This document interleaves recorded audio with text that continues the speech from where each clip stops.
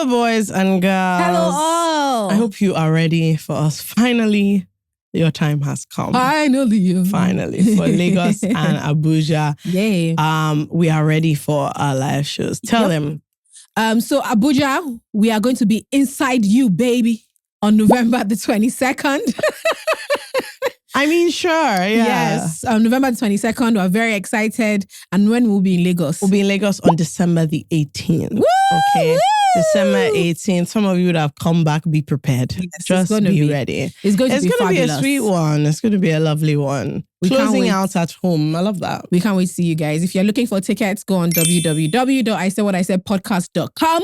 If you want to give us money, call my number. Yeah, don't worry. Directly. Just request it and we'll be there for you. Yeah, we're very, very excited. See you there, please. See you guys. Buy your tickets quickly. I don't want to hear, we don't have tickets for anybody. We don't have that many. So let's try and get it done. See you. Bye. Bye. There are contradictions that we have to make peace with, but more importantly, so many of us worship religion more than we worship God. Yeah. And religion is a tradition, and I respect the tradition because it gives me so much. But my faith is so much bigger than the Bible, and people are going to kill me for saying that. But my understanding of God, it is. Are you into big boom? Keep telling people you have anxiety issues. It's a lie. You are just wicked and mad. Look, you've done BBL and we're all happy for you. Carry your new bum and go outside. This is the podcast for you. I'm not poor. Are you sure? It's because they are vaping. Now everybody's marrying on time. At your big age. Wait now. Do you know that I don't have clean pants to wear tomorrow? I said what I said. The Unsolicited Opinions podcast starts now. Please, this is a public place. Hi, my name is Blessing Omakwu. I am a woman's equality evangelist, and today we've been talking about faith and feminism on the I Said What I Said podcast. Look at how succinct that was. That was really very, very nice. Hello, boys and girls. Hello, all. How's the bounce feeling this week? The bounce still has a cold. Bele? So these are the challenges. Yeah. But, you know. The bounce is trying to be cheerful. I've been so moody recently. Bruh. And I've been trying to, once I get towards the end of October, I start that whole, what have we done this year? The whole life audit thing. So far, strong 2 over 10. But isn't survival doing a thing? I mean, but you know what it is? It starts to be a cop-out when you're like, every year I've survived. Can't I do something more? Yeah. I mean... So I'm trying to get my mind out of that nonsense. Because in this case, it is actually nonsense. I've done some really good things I'm proud of. It's just, unfortunately, I think if you are even slightly ambitious, you are never content. Yeah, you run the risk of not being content. Does your discontent come from comparing yourself to others in the space, or it's a self thing? It's pure, this is what I wanted to do. And this is what I haven't done. And that's, unfortunately, I have the gift of arrogance. So I don't really... So you feel like I should have done 10 things. Yes. And so if I do 3, I'm not happy. I want to do a lot more. So it's a very personal thing. But I'm also trying to be less emotion driven. Yeah. And it's very, very hard. I'm a very emotional person.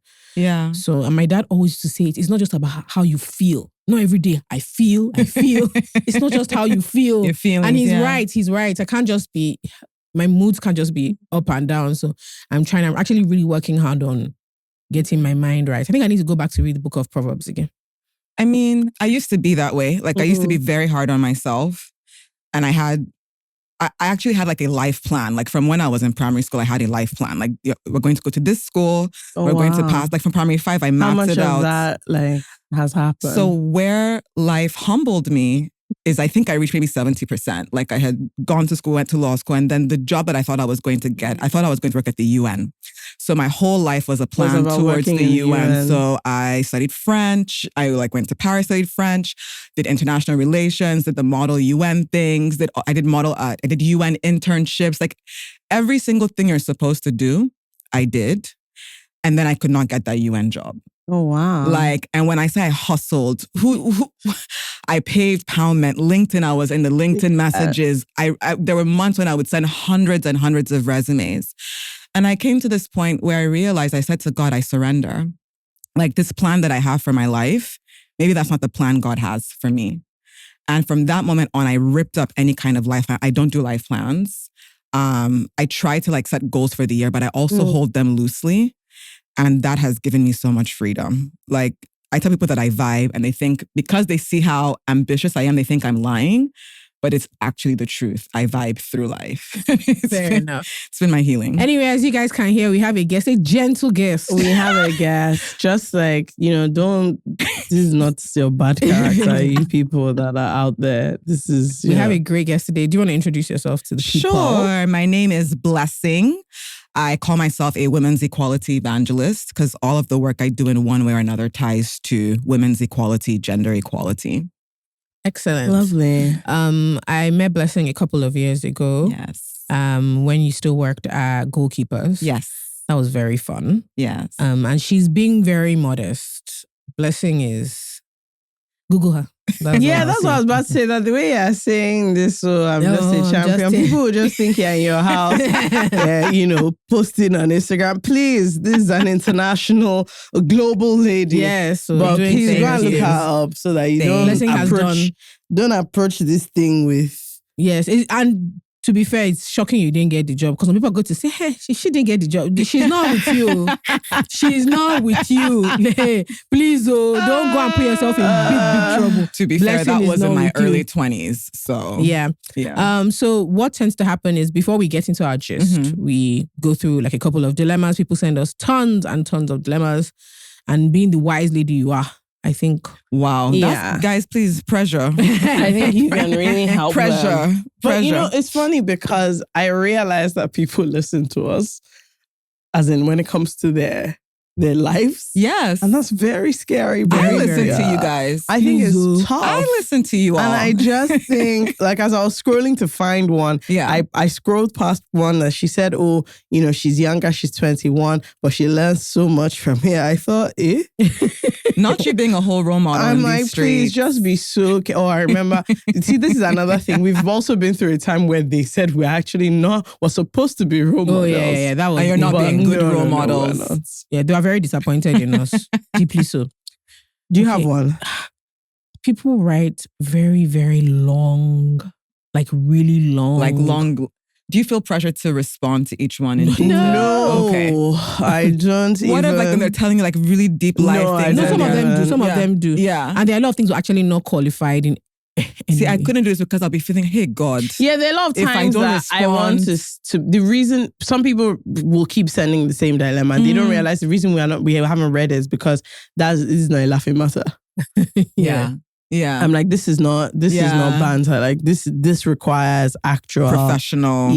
Actual help. For the past however many weeks, we have been telling you one thing and one thing only. Nigerian women achieve. As you guys know, the co-founders of Bolden are Nigerian American women who have created fantastic products. Fekemi and I are in love with a number of their products, their eye patches, dark spot fix, their face wash, a number of fantastic products. And I know that some of our Nigerian listeners have been wondering where you can actually find said products. Fekemi, where can they find them? Thank you very much for that question. You can shop Bolden products at MedPlus, Tika 4, Beauty Heart, Nectar Beauty, Cho and Zen in Abuja, and Tulip Body Care in Abuja. If you're outside Nigeria, if you're in the US, you're in Canada, you're in the UK, the rest of Europe, as usual, we are always here being benevolent queens, and we have gotten you a 20% off discount code, which is ISWIS20 to receive 20% off all items on the website.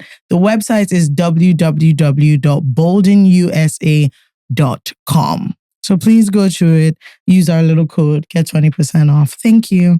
Bye. Bye. Confused lover currently considering relocation says, hey, Jola and FK, please help me because my chest is currently doing bim bim. I'm in a relationship with someone I don't even know again. I really, really love. Recently, she told me she needs space, that she's trying to get her life together, and that she's tired of depending on people and needs to focus on herself. She even said, if you're still here when I figure things out, maybe we'll find our way back. Oh. I cried in proper tears, but I said, okay, if space is what she needs, I'll respect it. Then she hit me again with, you should let me go. At that point, I felt like someone unplugged my heart. I decided not to text or call, just quietly nurse my wounds and mind my business. Now, tell me why she's suddenly texting me again. Like, ma'am, you said I should let you go, not check in every 2 business days.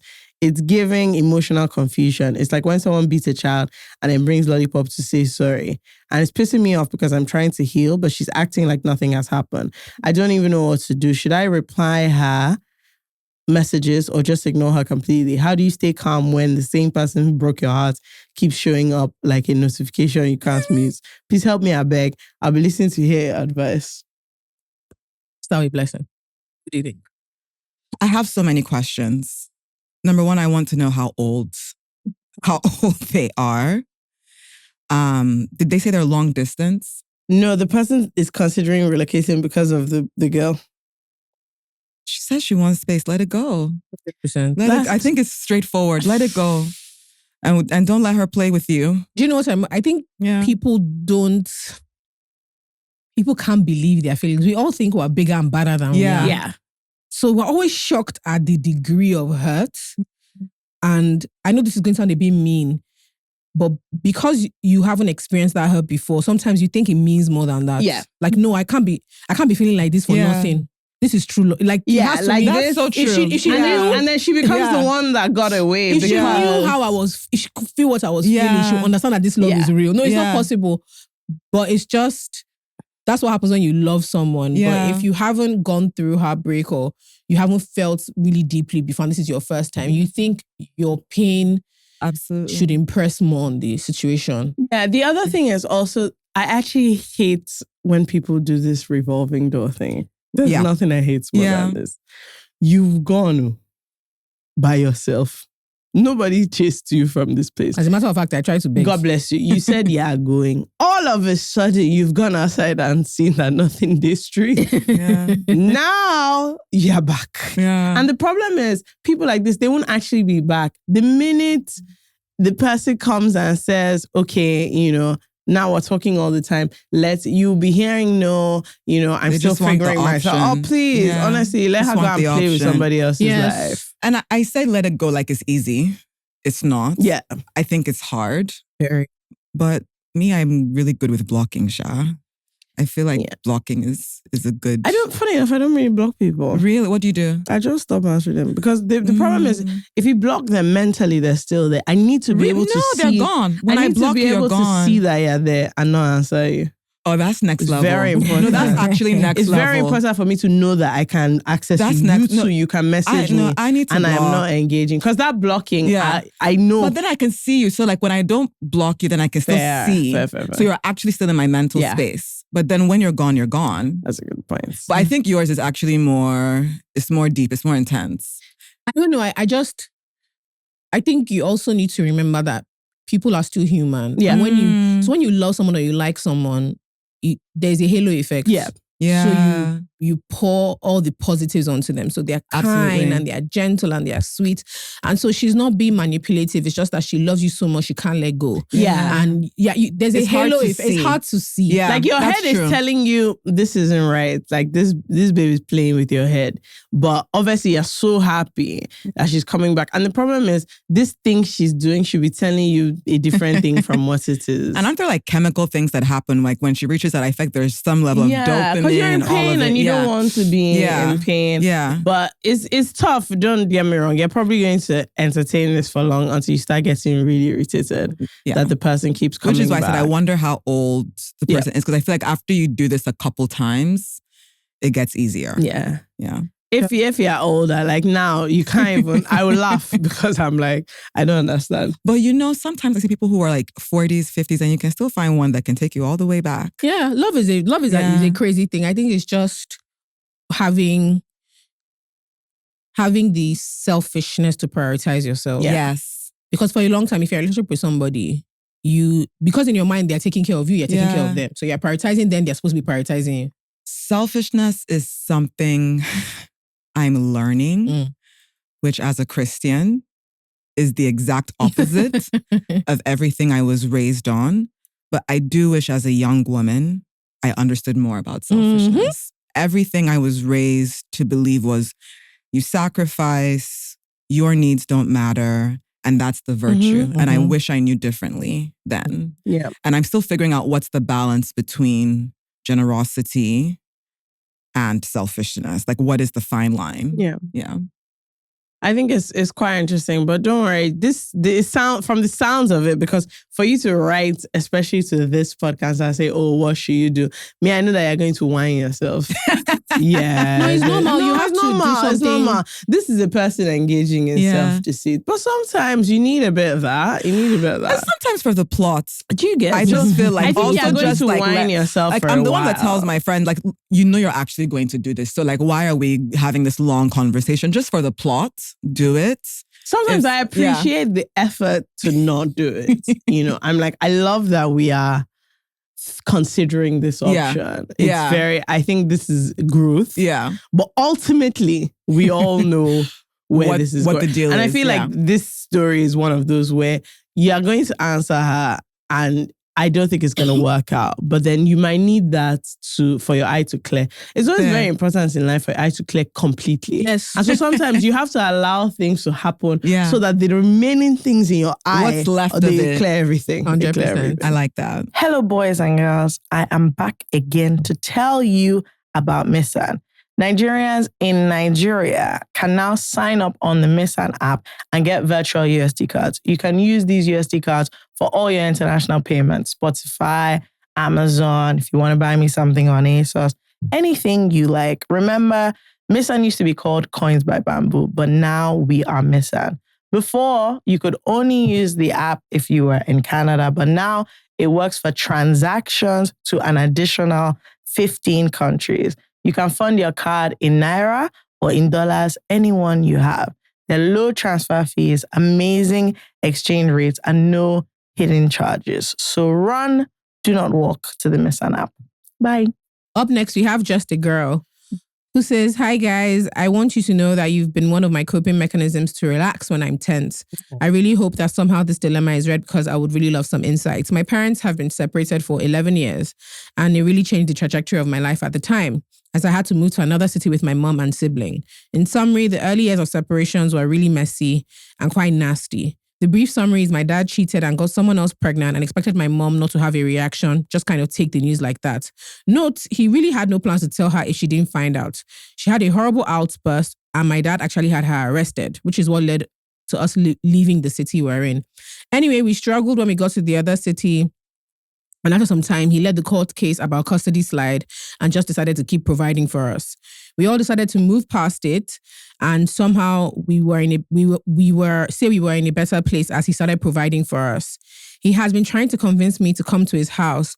Now, I don't care that he has another wife, but I feel like I have not gotten myself to the point where I want to be in that space. Because even though it seems like a lot of years, I have a lot of healing to do. So he feels rejected. Fast forward to recently, my brother has been doing his IT in another city and he was able to convince my brother to come and visit him. Now, where it gets weird is my brother didn't tell myself or my mom he went to visit my dad till the night before he was about to leave. Now, from my brother's side, I personally was angry because I felt like we'd been through a lot together, so why wouldn't he tell me? He says it wasn't my business and I've insulted him a lot, and after my education, he won't sponsor my education any further. I've apologized and and said I didn't mean to hurt him. He resorted to saying that I'm the reason for havoc and disunity in the family or whatever. Anyway, I have a lot of things I want to do after school. And, okay, this is her dad, sorry. Mm-hmm. Okay. I have a lot of things I want to do after school, and him not helping me out financially will scatter most of it. Because my mom is struggling financially. How do you think I should approach this situation? I'll be crossing my fingers and hoping this is read. Thank you so much for your insights. So for anybody who doesn't get it, parents separated, and it was tumultuous. Her dad feels rejected by her and her for her not coming to stay. And when she made it clear that she felt a way that her brother was going to see her dad got upset and has threatened to cut her off financially. And that's going to affect her negatively. So what should she do? That's deep.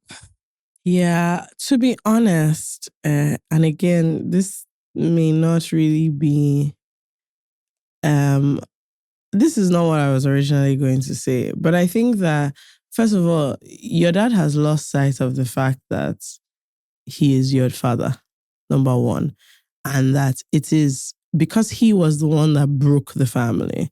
It is actually his responsibility to stay put and keep trying until there is space for, but a lot of parents, when they do wrong, they can't fathom that actually your time for me to be ready to forgive you and my time are different. But having said that, honestly, survival is absolutely key. Yep. Survival is absolutely key. And so what I'm going to tell you is this.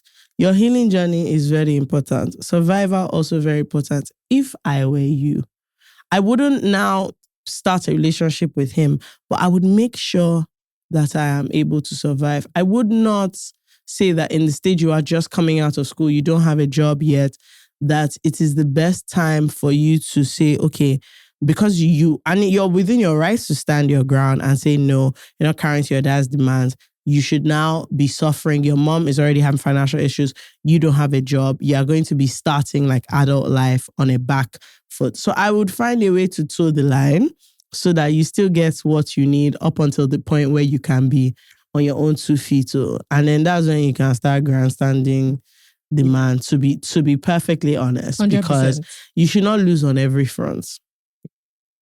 I think there are formal ways to do relationship. I think we have very lofty ideas of dream relationships with parents where you call your dad and you gist, but there's some people who do their duty. And I think you should consider this a duty. Yeah. So you are going to, you are in the right. He knows you are in the right too, but he's aware that he has power in the situation and he's willing to use it instead of apologizing and like kind of being a bit more humble about the situation. So I think you should think of this relationship as primarily duty. You set an alarm. I have a friend who does that. She has a weekly alarm. She calls her dad. Phone call is never up to 5 minutes, really. Yeah. It's just like a check-in. Once in a while, she sees something. She's like, he might like this type of thing. She sends it. It's not an ideal situation, but she's just realistic about what her options are. Yeah. And I think you may not get what you want right now, but you need to make sure that you get what you need. Yeah. You need to survive. Yeah. You would like to be acknowledged in a specific way, but you need to survive. That survival point is so key. There's a book I feel like every Nigerian millennial and below should read. Adult Children of Emotionally Immature Parents. And I think it's such a good book. I think most parents, Gen X above, were raised on survival, so they didn't develop emotional skills. So what you're saying around the father should be taking this role of bringing the family back together, most parents didn't see that. They don't have those skills. And what that book actually breaks down is what you're saying, Jola, around expectations. Managing your expectations with parents, knowing that this is as much as you're going to get with certain types of parents and working around that. Like, what do you need for survival and managing that? Fantastic book. It's not shade to anyone's parents, but fantastic book. It helps. Yeah. It helps. When you can contextualize like certain behavior or thought patterns, you don't get as riled up anymore. And you realize it's not even just about you. Yep. It's about what that person has the capacity to do. Yeah. Kemi, do you want to do the last one or? Do I have one? Sure. Let's see.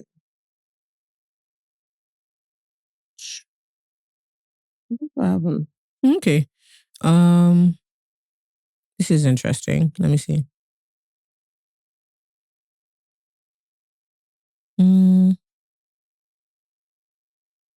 Okay. This person is calling themselves agony partner. Help!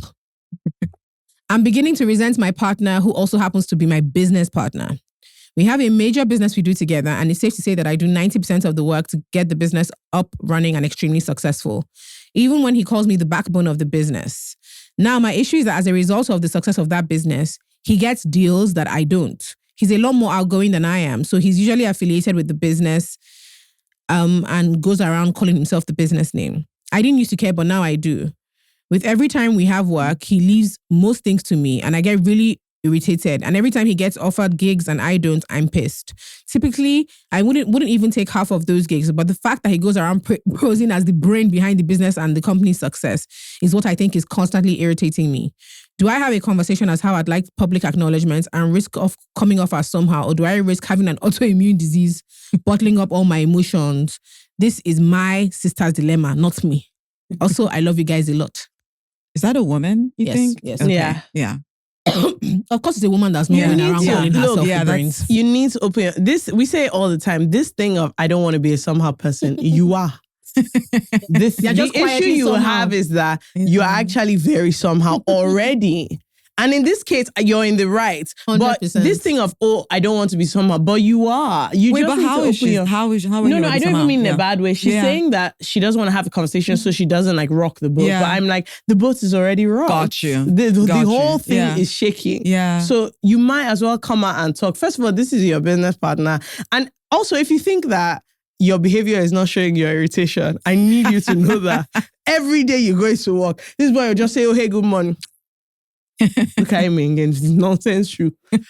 So it's coming out. So you need to and I get it. A lot of times you don't want to really have a conversation with your friend, your business partner, where you're saying it's an awkward conversation. But I think if you just put it out there that, listen, this is a somehow conversation. However, I don't like your behavior. It's only somehow because he's our partner. Yeah.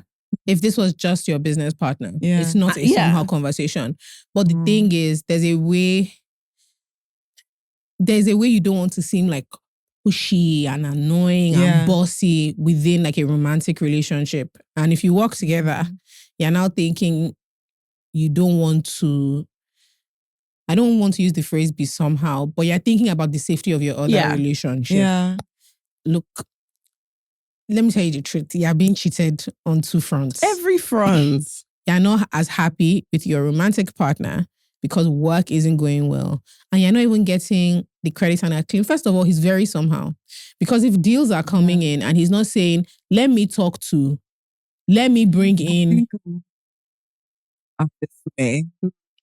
And I don't want to sound like a man hater, but here we go. But like, I have learned, and I relate to that question, not the romantic side of it, but the work side of it, because my default is to do a lot of work. I'm a worker bee. I work hard. I enjoy working. And I found that a lot of men are comfortable with taking credit, with asking for what they want. And I've actually learned from a lot of the men that I've done work with over the years to just do what they do, which is the things you want. Ask for it because they ask for it. They're not shy. And I used to think, I guess it comes like again to this virtue of humility and and being a good woman and blah, blah, blah, blah, blah. But I've learned, no, the things that you want, ask. If it matters, if you want credit, ask for it, because men are unapologetic about the things they want. Unapologetic. When they want credit, they ask for it. He's clearly going around taking credit for the work. And I would say, hey, I want to be acknowledged as well. I would share, if he's doing PR, figure out your PR. Like, I was about to say that. Sorry. I was about to say that. You can also claim. Also, it would be really weird to, it's a lesson that women need to learn really well, which is, at the moment you have a like my helper mentality. Yes. Which is, you're shy. So you're waiting for him to praise to kind of make it okay, behalf. yeah, no. And to give you credit and to acknowledge you. Yes, because you're shy. So you're also moving from the business part to partner. You're thinking, but he's also my partner now. Surely he should. And it's a woman thing in general. Yes, even if they weren't in a romantic relationship. So you're shy and you're reserved and you're thinking, why is he going out and not saying this? The truth is that it's very rare in any sort of friendship relationship. It's actually really rare for someone to toot your own horn harder. No one is going to care about you as much as you care about you. Yes. Yeah. So the thing is, introducing yourself as the brains behind the project. Yeah. You're the co-founder and you manage operations. It's very simple. When people meet you, I know a lot of people don't like to lead with what they do, but if you're finding that you're missing out on a lot of money and opportunity, and what's the big thing here for you, even the respect, the public respect that comes with it, you have to say something. You have to figure out, go and talk to someone you know that works in PR or marketing and be like, look, I'm very unhappy with how this thing is being presented. And I don't know how, and I even want to do like in a formal way. What do you think I should do? I want to make more money. I need deals too. You can't be, I think that thing is, you want the money to come and you want to be able to be like a little reserved. But we were also told that if you do the work, the rest will follow. It's a lie. That's what many of us. But I think there's also, that's what I believe for a long time. Just do the work and the rest will follow. Yeah, I never believe that. Also, I didn't even catch the romantic layer, but I think there's also this thing again, which is a very normal thing of you want your partner to just Champion know you. what you need. Yes. Well, you want people in general to Not just do, people in general, yeah. but you see your partner out of everybody in this life. You're supposed to just, through telepathic means, know that this is what I need. So there is a thing about her partner not automatically or by default, his default setting is not to say, oh, but all this thing that is But actually, paining he her. should. I was about to He say that. Let should. me Like, not I lie. I actually don't feel want to, the you right- know, like, because they're yeah. always saying we're always telling people to break up. It is highly somehow, and we must address that. It's weird. That this man is going up and down, getting deals without, That's and the then part- coming home to gist you that, oh, do you know what happened to me today? Excuse Yeah. me. You know, they Yeah. abused us last week, so I'm just trying to behave myself. Because what do you mean? What do you mean? My own problem is even the fact that you are going to get deals, then the work, I'll still do it. Sir, I'm so sorry. I don't know what you think is happening here. I just think that it's very hard for people, again, halo effect. So if this was a regular business partner, you see that thief. Yeah. Greedy. That You have to say greedy that goat. it's like you're running mad. But that halo effect, I keep saying it can translate even outside of romantic because I've done it because I keep saying, no, but this is my friend or this is someone I've worked with. They'll know. And I just realized human beings are inherently selfish. All of us. So you be selfish for yourself too. I think so. And if you're the kind of person who, by default, I will give credit to people I work with. I enjoy talking about partnerships. It takes nothing from me. So I assume that others will do the same. But I'm realizing that you cannot project what you think should be done to others. Like, 100%. Yeah. But I would. Sorry, go ahead. But I would that whole thing. But if it was me, But it's not But if it was me, It's not. and It's you not. really Yeah. need to open your mouth and talk. That's what I'm learning is like you just have to say the things You that have you to want say and stop being it. upset that others are going and doing what they want to do. I And had this discussion with a Yeah. friend about a work thing. Yeah. So he had called me about an opportunity, and I was like, I'm a bit tired, and it's actually exciting, but Yeah. I wasn't bubbly at all. He was like, like this is the kind of thing. And I said, the problem is I feel like I've done quite a number of these and it hasn't translated to what I thought it would be, blah, blah, blah. And he's a little quiet. He now says, did you like straight up ask? And I said, I just assumed that the invitation meant we've gotten to a stage where they are aware of the work I do. And so the next official step will be, he's like, no, the point of getting there is to champion your work again and make a direct ask. I'm literally learning know. that. So I was just like, I didn't know. Yeah. And he was like, did you think there's other people there that will not be saying, yes, and this is what she's working on and so she needs that. You need to be making direct asks. And I was like, I've been so obsessed for about 4 or 5 years because I've had these repeated. And he's like, yes, because they just assume, oh, you just don't need anything at the moment, right? It's like you're here, but you don't need anything right at this moment because you've not directly asked for anything. Absolutely. And it was so jarring to me. I genuinely had this whole thing of this entire thing is a waste of my time. Yeah. I'm just talking. And he was the one that was like, no, you've never made a direct ask. Yeah. Have you? And I was like, no, I just thought that they would. Do you know, I learned, so we talked about how we met at Goalkeepers. And I led a project at the Gates Foundation called Goalkeepers, which was an event that we had every year in New York, a community, a campaign, lots of different things. But part of that work was working with influencers, celebrities, artists. And I learned a lot over those years because I realized we think that things just happen. Yes. That people just get someone to retweet them or that people just get invited. And people actually ask. And people that you think are like the celebrities like type A or class A, or what do you call it? A-list. A-list was sticking in my brain. A-list celebrities. They ask too, can I come? I need this. Can you post this? Retweet me. And I learned that, we think these things are happening, but no, people are actually asking. They're sending pitch decks. They're saying, I would like to be invited to this. I would like you to post this on your page. This is what I'm working on. Yes. And this is how you can. They'll even, how you can support me. That's what he told me. He said, no, that this is what you say. This is what I'm working on. Yes. This is why I think you're interested. And this is how you can support me. I got so many of those emails. At least once a week, I got an email like that. This is what I'm working on. This is exactly how I would like support. And I thought, he said, so you thought that you said, and then I said, and then somebody will call your name in a room. Jola. I said, do you know that I've been cursing these people since 2021? But and again, I mean, kind of to segue, but it's one of those things. These are a lot of the things that we pray for, that in the rooms they're calling my name. And when you start to realize that you have to start calling your name so that somebody else can, but if you don't do it, there's nothing that's going to happen. So this person, this baby, this situation, honestly, if you like, don't say anything. This is the practical version of say party and cake is going around and you realize you have to say auntie me. You have to say like, if you like, don't say anything. And the other thing is that also you need to find out, I think also people are worried about finding out what happens when you talk. Because this guy has two choices of how he responds. He will either carry on behaving like this, then you know that, okay, this is what it is. Or he readjusts. Or he will readjust. Absolutely. And I think it's most important that you find out. And sometimes people are not intentionally doing shit. They just think, but if she wanted, she would say. I think this fellow knows precisely what he is doing. I mean, this guy does, but I don't think always. No. I'm saying in general. I said people are not always. This guy does. Let me explain why I give the side eye. Yeah.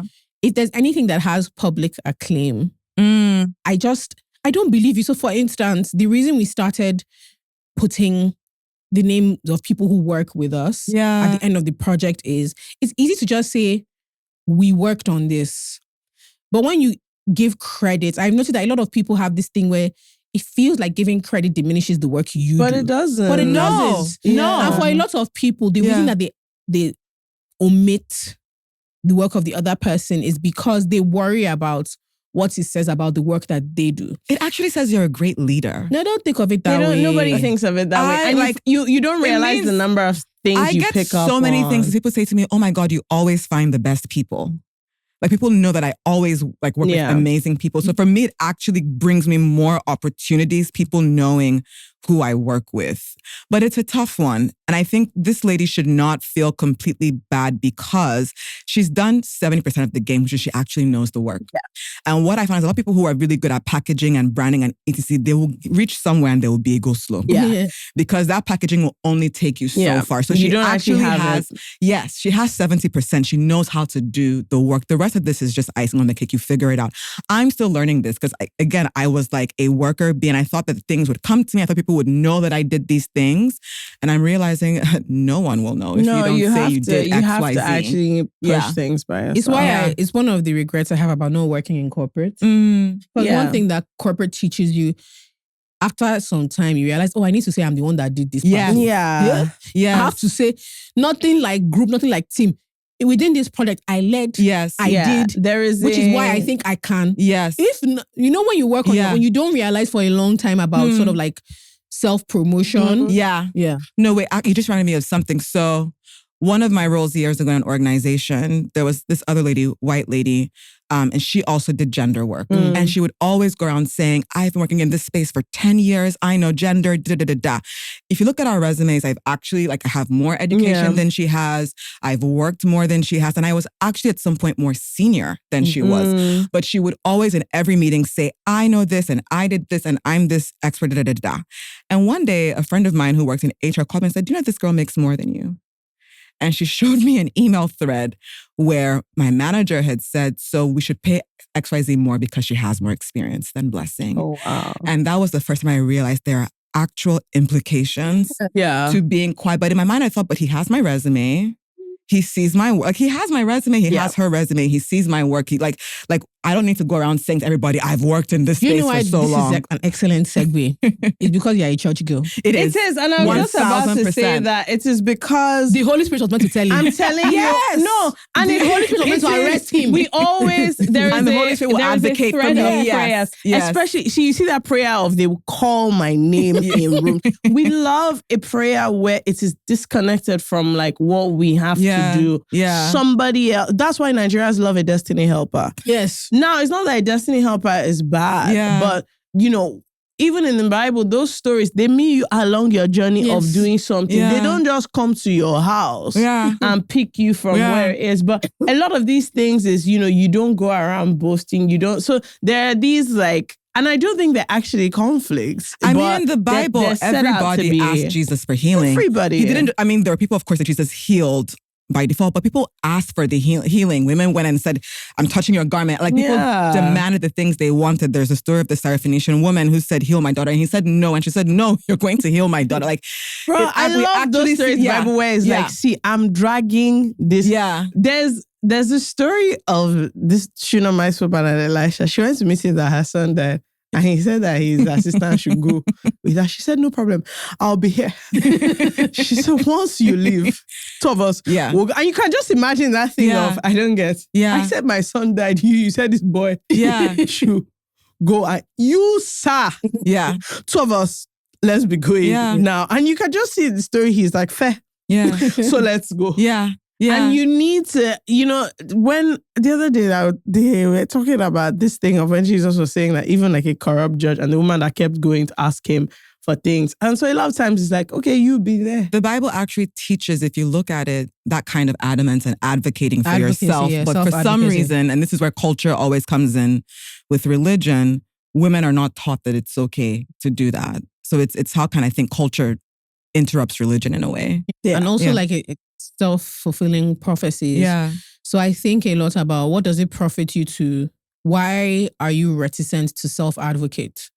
And I think a lot of it now ends up to some degree, like the male gaze. So if random people think you're pushy, it's fine. But if potential romantic partners think you're pushy, what then happens to you? If a random person thinks you're bossy, it's fine. If a random man thinks like your wahala is too much, it's fine. But if potential romantic partners think you're bossy, what happens to you? I hear that. And so I do think it's why it's very rare to see, in my opinion, single female pastors. Yeah, in high positions of authority. Especially if they're a little bit older. Because there's the assumption that leadership does not translate in a domestic scene properly. And so you find that a lot of churches are very reticent. They don't want to block your own blessings. So they're like, sis, you know what? You can be a teen pastor. You can be a head of department. Yeah. You can be a deaconess. No, I've you can be a junior lead. Yeah. Yeah. But all of a sudden she marries and everybody just starts calling her pastor. Yeah. Do you know what I mean? Nothing has changed. Yeah. She hasn't changed the way she dresses, the way she speaks. Even the frequency with which she speaks at church doesn't even change. But now all of a sudden everybody is happy to call her pastor. But I do think like that cultural worry and the nuance has entered the church and just the world at large. So it's why I think a lot of women are worried or anxious about self-advocacy or asking for more. It's just like if your culture sees leadership in an interesting way, the likelihood of you advocating for yourself, because you hear women using words like greedy in the workplace. Prideful. What do you mean you don't want to be greedy? Or prideful, you don't want to ask for more money because you don't want to be greedy. Yeah. At work. That's not like this how is not a context. But so many of us were raised to see this as sin, right? Being prideful, being greedy, like those were sins, and having too much ego, all of that was seen as sin. You're supposed to be humble, modest. That was And like I said, I'm still figuring out what is the balance, because I still do see the virtue of humility. 100%. I also don't like people that I feel are just prideful, especially when there's nothing to stand on. But what is that balance? I think is something I'm still figuring out personally. I think for me, the difference is, I always say there's Nigerian humility and then there's the actual like genuine, I'm not a prideful person. Yeah. But what I think culturally is the performance of I'm bringing myself down. But it is a performance. You are doing it that's why people care so much about who greets who. You'll hear people say, no jokes, you make such extrapolations about who a person is because, maybe this person who is very prominent knelt down to greet and somebody that's older than them. Whereas anybody that is, has just a basic level of home training will acknowledge someone that's older than them. But when you are very rich or very powerful, it then becomes this performance of humility. But it doesn't actually say anything about you if you're a prideful person or not. But it's just the, and it is the whole trope of I still do this at home, especially if you're a woman and you're prominent, you still do this. There's the performance of I'm still the very good woman. Yeah, I'm still a good woman. I'm still very humble, blah, blah, blah. That doesn't it's actually irritating when I see it these days of like feeling the need to kind of balance your accomplishments with, and if it wasn't, well, let me not even get myself dragged. Let me just leave it. Yeah, I think there's the performance of whatever it is. So there's a performance of belief, performance of humility, performance of, kindness. You can be a kind person, but you have to perform kindness. You can be gentle, but you have to perform. Yeah. Like, so it's why, I don't know if you are aware, but there was a time when, so there's a really popular movie, the sequel just came out. It's called Love in Every Word. And it's really popular. It's a Nigerian movie? It's a Nigerian movie. Okay. And when the first film came out, the actress herself has an incredibly soft, like Bam Bam's voice is very soft. And it's always been. When she was in Big Brother house, it was the first thing people noticed about her. She's a very soft, like her demeanor is quite soft. And all of a sudden there was a correlation with the idea that she had found a specific kind of love because of her demeanor. You guys, I shit you not. People were on TikTok teaching classes on how to speak like a soft. Oh, the feminine soft. Yeah. So it's not about being soft with your partner. It's about the performance of softness. And so there's just a lot of all of that stuff. But before we get too carried away, Blessing, you spoke about how you've done quite a lot of advocacy work in gender equity and gender equality. But what is very interesting is you've just completed like a workbook that you are very invested in understanding the connection between sort of like faith, gender equity, and feminism. And that is techie. Yeah. it's a dicey one. Globally, it's very, very techie. But here it is interesting. When I first got my Kindle, this is years ago, I was in university. One of the first books I bought was along those. It's so interesting. I just got in my Kindle, the app, and one of the first books I bought was about God. Let me look for it while we're talking. But one of the first books I bought was a woman talking about the importance of like how God sees women. Yeah, and it was just a curiosity I had because at the time, this was in 2013 or 2012. It was a very, I think that was when girl boss feminism had come before. Lean in. We had like Chimamanda, Beyonce. Like there was a whole thing about women figuring themselves out, and the church was reacting very badly. Yeah, yes, the church was reacting extremely badly to like women's freedom. And so I'm very invested because I know a little bit about your background, but what led you from, I care about gender equity and advocacy, what moved you from there and working with a ton of different foundations to like, okay, I need to explore the links between gender equity and gender advocacy and faith. Yeah. So right from when I was a kid, and I grew up a pastor's daughter. I should say that my parents were both pastors. My father is late. My mother is still a pastor. And I love her, by the way. Oh, no, she's the coolest. Your mom is, I love her. I don't skip sermons. She's the coolest. Mom, really I hope you hear the shout out. But growing up, I always had questions about the Bible. Like we had to, from one of the first things I learned how to read was the Bible. So I've been reading the Bible cover to cover for many years now. But I always had questions around women, and I would go to my father with those questions. Like one of the first things that stood out to me was in the Bible, like those genealogies where they say so-and-so begat so-and-so begat so-and-so. And you're saying the son of this. Yes, and I'm like, but where are the women at though? And so I remember that being an early question, but it was just like kind of like there. Yeah. What for me was interesting was my father was such a present father. I didn't really grow up with the gender norms that I now understand to be thing in my home. Like my dad was very emotionally present. My father, like he took us to school. He did the PTA stuff. My mother was actually the one who was strict. She was the one who, if we needed money, we went to go and ask and I go like she held like the purse strings because she was better at managing money. So like I didn't grow up with these traditional gender norms. Yeah. My father got sick when I was about 13. And that was my first exposure to gender, honestly. So his people from his village had come, which my father... Where is that from? So my father was actually born and raised in Kaduna, but he's from Benue. Okay. So for me growing up, Kaduna was always home. Like both sets of grandparents were in Kaduna. Ah, okay. But then my dad got sick and these people came from the village, which was Benue. People I had never seen, didn't know. And they all surrounded my mom. I remember my mom being in a circle in our living room and they were all speaking Idoma, which I don't understand. We were raised to speak Hausa. And I remember my mom was told to be quiet. Even my people from church kind of like let the men talk. But also them just saying things like, oh, she's trying to kill him, da-da-da-da-da. I remember my aunt saying, I wish you were a boy. Because if you were a boy, you would have had a say as the first child. And that was the first time I was like, oh, being a woman makes me different. And when my father eventually, and that kind of like led to me thinking about going to law school. I wanted to study women's rights. But when my father eventually passed, I remember the chaos in church around my mother being ordained the pastor. The pastor of the church. Of the church. Yes. I found it. It was called Jesus Feminist. Sarah Bessie. Yes. That you is, see? That Pastor's daughters, we go through a lot. That book was in many ways the start for me of so much. I love Sarah Bessie. Yep. And then another one called Take This Bread by Sarah Miles. I haven't read that one. I have, but Jesus Feminist for me is like seminal text for anyone who is thinking about faith and feminism. But anyways, my mother being ordained pastor and all the chaos around that for me made me understand, there's a thing around power in the church that I had never thought about, never even questioned. And so that kind of like just like unearthed this study for me. In many ways, I was uncomfortable with parts of the Bible because we had grown up being taught the Bible, X is X and Y is Y. And you can't shift it, you can't change it. You can't. But then when my father got sick, we did all the things that the Bible said to do, Sha. The Bible says, pray, fast, have faith, and he still died. And that for me was the beginning of this thing of reading the Bible literally, we need to re-examine it.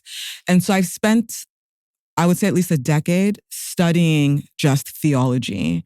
Went to Christian University or Roberts University, which all the pastors' kids go to, and you have to study theology. But on my own, Sarah Bessie actually was a spark for that. And she went to ORU as well, actually. And that opened up this whole new field for me of just studying faith and feminism, because I felt like there were always only two paths. If you're a feminist, you cannot be Christian. In fact, I remember someone saying to me in Nigeria, actually, when I was doing some gender work, you're not a feminist because you're a Christian. These two things are at odds. And she was very serious about it. And she was like, we cannot work together on XYZ project. Oh, wow. Like it was, she was like, feminism is like a religion. You cannot and she was so dead set about it. And she's, a big leader in the space as well. So for me, I always felt like I was not at home anywhere. Because in the faith spaces, it's like, this feminism thing is actually witchcraft. I've heard people tell me it's witchcraft. It's manipulative and it's idol. It's one from the I've devil. heard is idolatry. It's idolatrous because are you serious? Yeah, putting women's interests. Yeah. If I can, I say pastor's daughters, we go through a lot. It's Jezebel's spirit. It's rebellious. It's going against divine order, etc. But for me, I just felt like it cannot be that I have to either give up my faith. You have to choose. Or my feminism.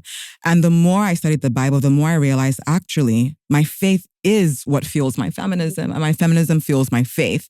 And so this workbook that you're talking about that I've put together and comes out in a few weeks is the accumulation of so many years of study, because I found such great literature, but it was so serious and so boring. You can't read it. It's so I'm reading the Greek, and people have done years and years of feminist theology, womanist theology. And it's such good material, but it's also so long and academic and wonky and tedious and boring. And so I was like, how do I take all of this and make it simple? Yeah. But why does it matter? Like, I have to ask just quite frankly, some people are going to be like, okay, why does it matter? Which one is workbook? And is it more than saying yes, faith and feminism are compatible? All this Ejowewe that you're writing workbook, you're gisting, you're telling stories. No, genuinely, they're like, what is the point? What makes this relevant? Why does this matter at all? Yeah. If you think about the ways that religion have been used to oppress women. Thank you so much for that. No, genuinely. Sometimes it's important to call a thing the way it is. Religion has been misused. I don't think that there has been any tool as powerful as religious text. The Bible has been used to oppress women. And there are real costs. There are women who stay in abusive relationships because they believe that that is what they're supposed to do, because they believe that is what submission is. We've talked about career, the women, we diminish ourselves in the workspace, but there are actually people dying because of the impacts of violence and all that religion is attached to. So there's this article I read on The Republic around the growing rise of the manosphere in Nigeria. And they said that like in 2024, 113 women were killed, like they were femicide cases. And that's what's reported. Where does that come from? It comes from this culture of misogyny. And so much of that is fueled by religion. So for me, it's not just intellectual, it's actually life and death in many instances. Yeah. This reminds me of why, she always rest in peace. I grew up, the first couple of years of my life, I was in Fountain of Life. Pastor Bimbo Odukoya was such a big deal, primarily because she spoke to a lot of, she was a pastor in any way a pastor is meant to be, but a thing that really made her popular was she spoke to a lot of like what I would call like Christ-based domesticity. So like in your home and in the house. And she had a really, really popular show called Single and Married. I remember I have her books too, yeah. Super popular. Yeah. And part of why, apart from the fact that we went to the church and my dad was a pastor in the church, my dad had a cousin that was living with us, a younger cousin, Auntie Remy. And Auntie Remy would take me with her everywhere because she was a caretaker. So she would take me for every Single and Married meeting, and women would be in there crying. They would be asking Pastor Bimbo, like, what should I do? I'm unhappy. I need to take a job. This was in the 90s, early 2000s. And I need to take it. I'm considering leaving my marriage because of this job. I don't know. My husband doesn't talk to me with respect. Yeah. And I'm expected to take the disrespect because women don't need respect. They need love.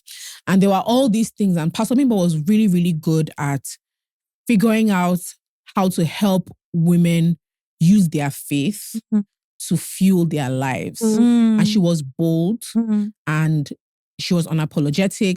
And there's a reason she was so hugely popular. Now I think it's a bit more common to see a lot of female women pastors. because she was a pioneer. If you remember, she was a pioneer. She was on TV. She had books. She had a column as well, I think. Yeah. We used to go to a different church on Sunday, but Fountain had this Thursday night and they would do prayers and we used to go to Fountains. And I remember just younger, just thinking, this woman she was so like powerful. Yeah. Because in Fountain, between her, she wasn't Pastor Mrs. Yes. She was that's a thing. She wasn't that's a thing. Pastor, she wasn't first lady. Pastor's wife, Pastor first Bimbo lady, was not, she was in her own right. Yes. The leader. Yes. And it was always so interesting because even that young, you could tell the dynamic. Yeah. It was like, this is not somebody they're deferring to as, our first lady, Pastor Mrs. This was someone that like on Sunday, it could be either of them on the stage. Like it wasn't, and I always in those days that was radical. Yeah, I always found that was a big deal in the 90s. Yeah. She had as much sway in the church as her husband. It was a clear thing of, this is the Odukoya's church. You can't actually... She's an icon as far as I'm concerned. Because even if you think about, even in America and the UK, a lot of women cannot be pastors. Think about some of the biggest churches you know. Yeah. They're first lady. Yeah. Or they're... In fact, there's one of my favorite authors has written a whole book about the pastor's wife. Because like, that was the only way that you could even have any kind of leadership is to say like, I am so-and-so's wife. So who she was badass, actually. I think a lot of stuff, I can't remember what made me go down a rabbit hole and kind of like writing down, no, where do you come from, but why are you, almost like why do you behave the way you are. Yeah. So that's the church I was raised in for a while. And then for a long, my parents were very, very strict Christians. So I didn't learn the alphabet. Pastor, right? He is. Yeah, he's a pastor. I didn't learn the alphabet. I learned with scripture. I learned with like Christian verses and books. My parents' channel O was blocked. Like it was TBN, too. They blocked, CBN. Oh my God. I thought I was the only one that happened to. Like my parents bought cable channel and then blocked channel O, MTV, and we only had, we couldn't even have CNN actually. TBN. Yes. And so I thought that was the only one that happened to. No. I said again, pastor's children, we go you guys through, are and Debbie is a pastor's child too. She's not and I used to feel so like that in school because everybody had channel O, and I thought talking about the new videos. And you don't know. Do you guys know that Dom Wine has a new track? You guys are watching Touched by an Angel. Yes. For real though. And reading Chicken Soup for the Teenage Soul. Yes. Absolutely. Yes. You made me read that. But I used to like sneak to the market and buy CDs like Spice Girls. Thank you for just this. Because I needed so much to just like be a monk, which is why I think pop culture is such a big deal to me. It's like I worked really hard to be a monk. To know what's going on. It's also why like people think pastors' kids in general are like super talented. So like the late D'Angelo is a preacher's kid. Kirk Franklin. I didn't know he was a pastor's kid, D'Angelo. Yeah. He is. You're right. He is. Yes. Because you are exposed to music and culture in a different way. Yes. But the reason I brought this up is because I was thinking of, to me, like Pastor Bimbo was no, but it wasn't only her. There were lots of like elders and deaconesses in church that were like pillars in their own right. And then Fountain did this really amazing thing where it's very rare for somebody to just be a preacher. Yeah. A lot of people had work. They were business people. They were, So and a lot of the women were also very successful, and it didn't seem like a bad thing. But then when I would watch TBN, I would be very fascinated. I didn't know what the disconnect was, but it's like as you get older, you realize that a lot of stuff would be they've changed a lot now, but a lot of stuff would be like like what Fekemi is saying, in terms of like there's the pastor and our lovely first lady. Yeah. And then the woman wouldn't really deal with any of the, what I would call like weighty scriptural. It was always domestic stuff. Yeah. So it's always like talking about how to be like a Proverbs 31 woman, how to speak life into your children, how to, and so if a good wife and a good mother. Yeah. And so if you have no interest in those things, so if you're not already a wife and mother and you're not preparing to be a wife and mother, it seemed like weighty scriptural issues had not much to do there with was like you. a patronizing of certain, and I think now it's changed a lot, but there was like a patronizing of certain type of first ladies where, maybe they will allow them do the offering. And when she's coming up, clap for her now. And I even from a young age, I just used to be like, this is irritating. And even in some of like the hip churches, I noticed like even like in America, some of the very hip churches, you see that thing of the women under like the offering. I'm like, please, you guys we need to keep it moving. And it's funny, this thing of where do you come from? When we were younger, one of the people my mom used to watch, like, on a Saturday, Joyce Meyer. I love me some Joyce Meyer. Been in my house. I love me some Joyce Meyer. I still listen to her. If but she's also a woman that is like, please, somebody should stop That's me. a Bible believing body right there.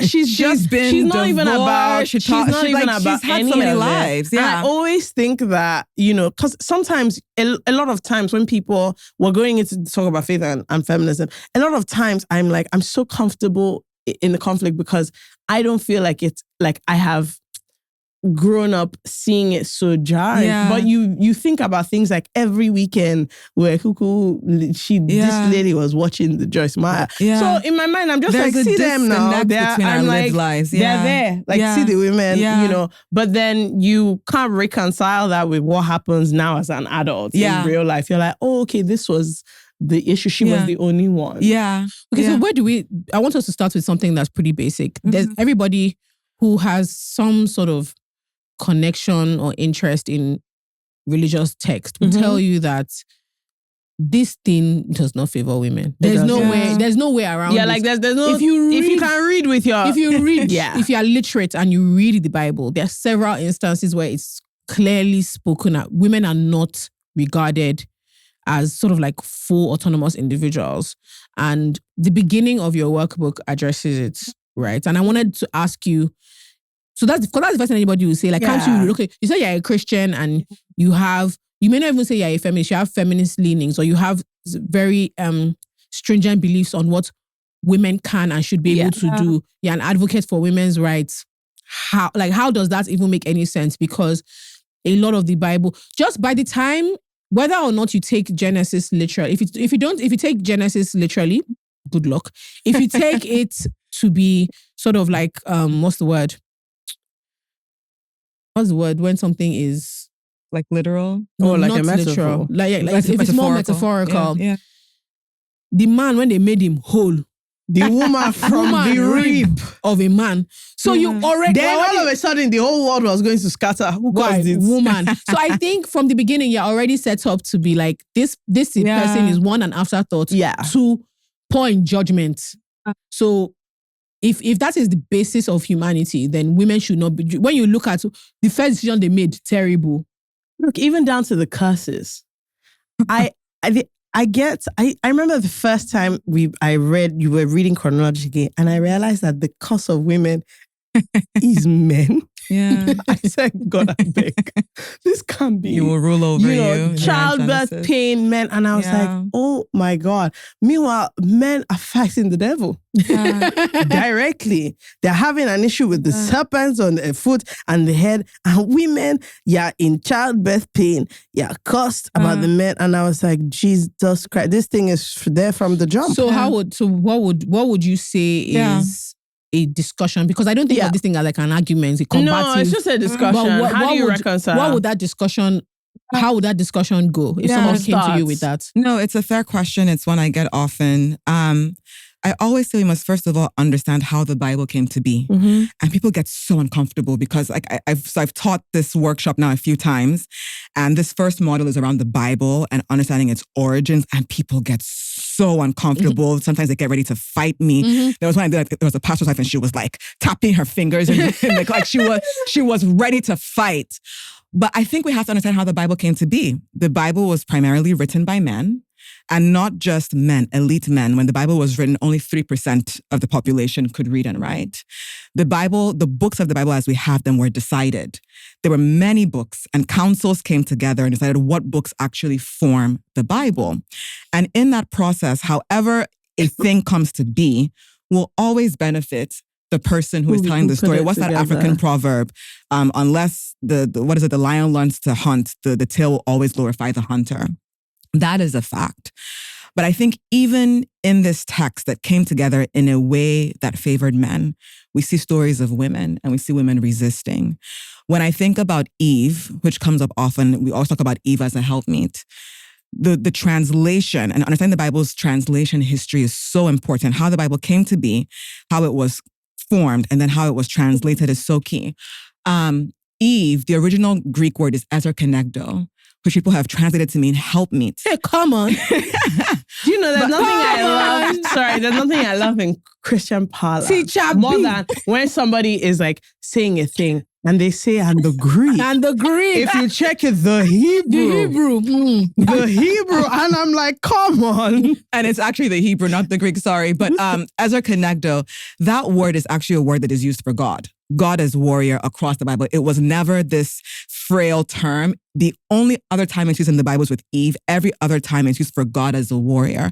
When God was creating Eve, that was creating a partner that was supposed to be similar to God in that kind of way, like a partner in the way that God helps. When you say the Holy Spirit help me, that's what that word meant. But we never teach that. We always teach help me as, this subservient, the head and the neck or something. Throughout the Bible, there are so many stories that show us women persisting. The daughters of Zelophehad is one of my favorite stories in the Bible. You want to share? Yes. So it's a story of under Moses' law, Mosaic law in the Bible, women could not inherit property.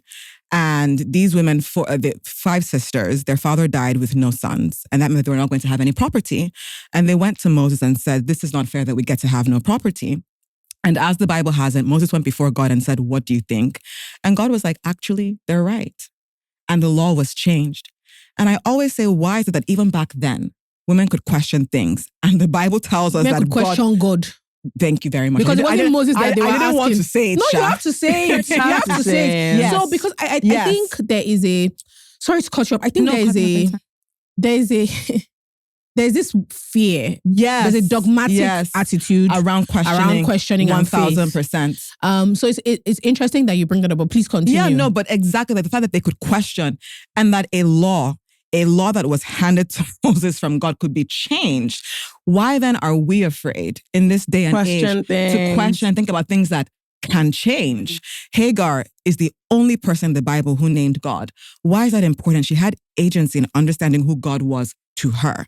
So many of us rely on what our pastors tell us, and that's it. For me, it's so important to go back, look at the stories of resistance, even in this patriarchal text. And the Bible is patriarchal. That is a fact. Yeah. There are stories of women resisting, and there are stories of Jesus supporting that resistance. Jesus' longest conversation in the Bible is with a woman. And people don't understand, like, that's a big deal. In a time when people didn't see women as intellectual equals, Jesus engaged with women. The entire fact that we have the gospel is because we believe that Jesus was risen from the dead. We only know that because he appeared to women first. He trusted women with the gospel. So there's so much for me, even in that text, that fuels my feminism.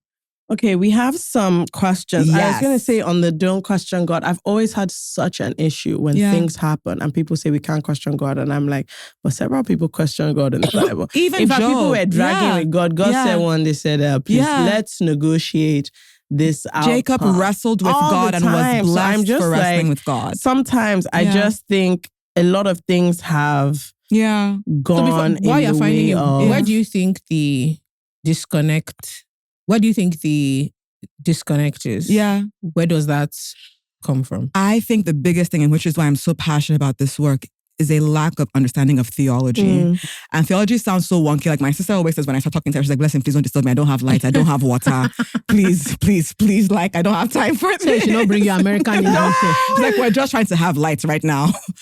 But I think there's a lack of understanding of theology. I think so many pastors actually don't have any theological training. And so they're teaching based on their personal, and I'm probably going to get dragged for this too, but they're teaching based on their personal experiences and their cultural understandings and not understanding scripture and context. Context matters so much. I think that thing number one is context is missing. Thing number two is this fear of asking questions that you've mentioned. We are so scared. We feel like it's almost a sin. And I always say God is big enough for our questions. Like my faith has deepened because I am curious. My faith has deepened because I can ask God questions. There are times I read the Bible and I'm like, God, now, wow, you sound really like angry. You sound like the Old Testament God sounds sometimes violent. And I ask God those questions and the answers come to me, not always, but eventually they do. Yeah. Okay, I found a few. I will start with, let me start with the first one. This is FK's packing gel. Hello, Jola and FK. I love the great work you're doing with the pod. This is a difficult season in my life, and I'm glad you always know how you always show up every week to brighten me up. God bless. On this matter of faith and feminism, I can definitely speak about, I joined a woman's focus group chat last year to deepen my understanding of how to be a woman, get opportunities, build friendships. I was always happy to see women celebrating women, giving advice, even sharing timely opportunities. A few weeks in, I noticed the conversations were always heated, especially when it came to faith. Clearly, it was a feminist group chat, but the real problem was they never encouraged any faith-based ideas. It always spiraled into heated debates and even fights about how religions are oppressive and therefore dangerous to women. I often stepped up to answer questions about Christianity because I am a Christian, but over time, the women always ganged up against me and insulted me for having such views and being vocal about my faith. One day, during one of such debates, I realized that I didn't have time to do this. I quietly left the group. I'm not ready to give up my Christian faith to be a diehard feminist. I believe strongly in women's rights, but that isn't my only identity or ideology. And sometimes it seems some feminists will never take you seriously if you are a practicing Christian. They might even bully you. Do you have to be atheist or agnostic before feminists will take you seriously? Or can a female believer not be a feminist again? Thank you for listening. I relate to that question so hard because I spent many years feeling that way. I spent many years feeling very isolated in this work, like I mentioned before, because the Christians are like, well, you're not really a real Christian. And the feminists are like, you're not really a real feminist. And what has been healing for me is finding people who actually live in this intersection. There are not a lot of us, but they exist. Finding books, people who are like Sarah Bessie, people who are doing this work, writing about it, finding newsletters, finding online communities, finding real life people. That for me has been healing. But one thing I always say around this, especially feminist, the importance of faith. When you think about something like patriarchy, that is so long, so old, feels impossible to ever challenge, I think faith becomes important because in my human eyes, how do we ever dismantle patriarchy? It feels impossible. Who better to be a part of that movement than those who believe in things unseen, than those who believe that faith is the substance of things hoped for and the evidence of things unseen? I feel like people of faith actually have so much to bring to the feminist movement, and I hope more feminists realize that as well. Yeah. I think the thing that's really difficult in spaces like that is it's not directly spoken, but it's basically the idea of allegiance, right? So if you are a person of faith, your allegiance is to your God. To God, yeah. And so if anything that's going to talk about the advancement of women's rights seems to go against principles or ideas or outright instructions about from your faith, you have to choose your faith. And that's where I disagree so hard with so many people, because why do you think that God thinks you're secondary?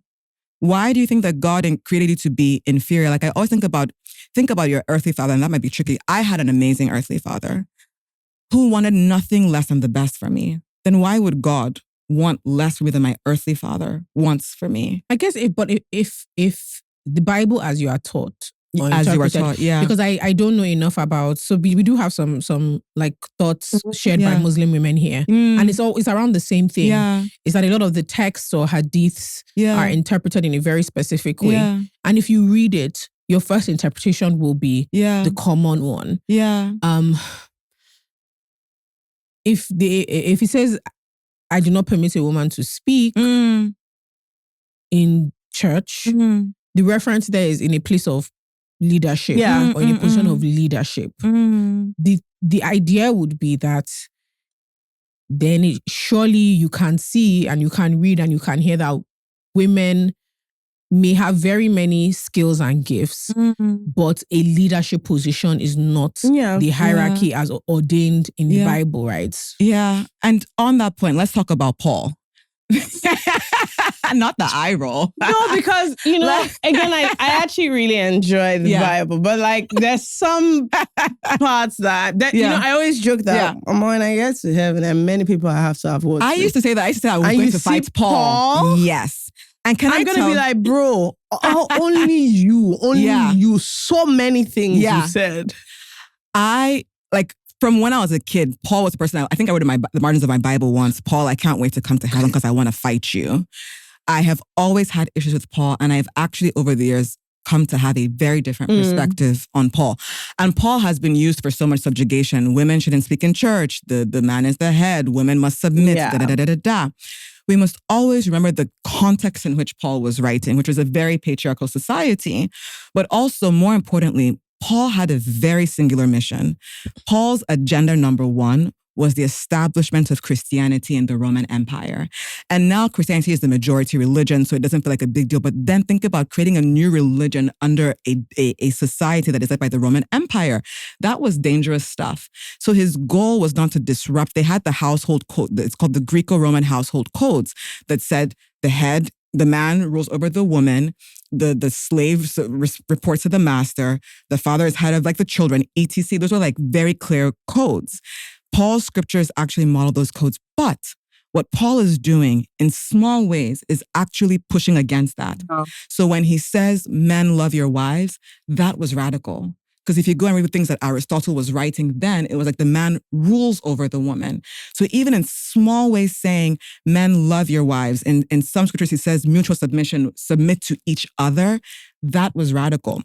If you look at his scriptures, everywhere we talk about submission, there's slavery. We have the Bible now as chapters and verses, but each book was like a long letter then. In every book where there is a talk about submission, there is slavery. Many Christians have evolved past the point of seeing slavery as something that is socially acceptable. We don't read those scriptures literally, but for some reason we have refused to let Paul's scriptures around women's subjugation go. But it feels okay, sorry, because but I want before we even get there's a lot about submission. So the next one I was going to read is about that. Oh God, please. And one of the things that makes me laugh about many of the submission texts is the convenient omission of the, love your wife like Christ died for the church. No one dies more than women, by the way. No one sacrifices more than... Men don't like to read to that part where they said, like Christ who died for the church is how you should be moving for me. But I had my own question before we even get to, because, there are a lot of times where people will, and again, I must say that I am happy to live in the gray, in the conflict. I reckon you cannot, I think, being a person, unless you want to be disingenuous, there is a conflict. Yes. The Bible is a patriarchal 1000%. There's nothing you can do about that. Yes. It is written in a time where patriarchy was roving. Yes. There are many things that if you read them, you're like, apart from what the spirit of the thing is, what is happening here is what you have to ask. Yeah. So, but I have settled into the gray in the same way I've settled into the gray of many parts of life. It is a conflict. It is clear. So, this thing of how do we do it? I think that you have to first acknowledge this is there.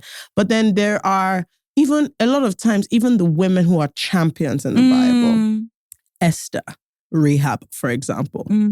Esther, the context with which Esther came for such a time as this, let us not forget. Vashti. That man said he doesn't want to marry that. He doesn't want that woman to be queen anymore. They should go and find virgins. No. Yeah. From all over the land. Yeah. You forget to say why he kicked out his first wife. Biblical context. Yeah. You don't know the ages, but you can, historical context, you can put two and two together. Those women were not 32. Yeah. Yeah. Those were not 30 plus ladies. Absolutely. Those 20 were, plus is even. those were likely 18 Yeah. people 16, who were, 15. And then you had them in a harem. Yeah. You had them getting prepared for a night with the king, for a year with beauty treatments. No. Yeah. Then how did Esther find favor with the king?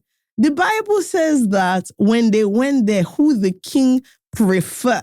And one day I stopped and I said, preferred how? How did he get to prefer? How did he prefer? No, they were gisting. God bless you. How did he prefer? You have to ask yourself, okay, so how did he prefer from the window? her? And then she became queen and then she fought for Israel. But I'm like, sorry. Do you know something that I find funny? Yeah. I shouldn't laugh because I know people are going to get so mad. Every time, if you've ever watched any adaptation of Esther, it's always conversation they use to show I that know, she... and I'm like, guys, I'm sorry. They presented gisting with her so before much. the king. What do you think they did there? Yeah. And so a lot of times I'm like, oh my God. Yeah. The story of Esther begins in a harem. Yeah. This is insane. And it even says when he preferred her, they moved her to where the concubines were staying, not those first. So a VIP harem. Yeah.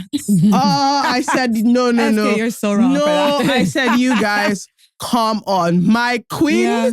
This was, so you look at that context Right. and you're like, this is insane. It is. And then it ends, or Rahab. Yeah. You know, people love to say, oh, God used her, she was a prostitute. And I'm just like, sorry.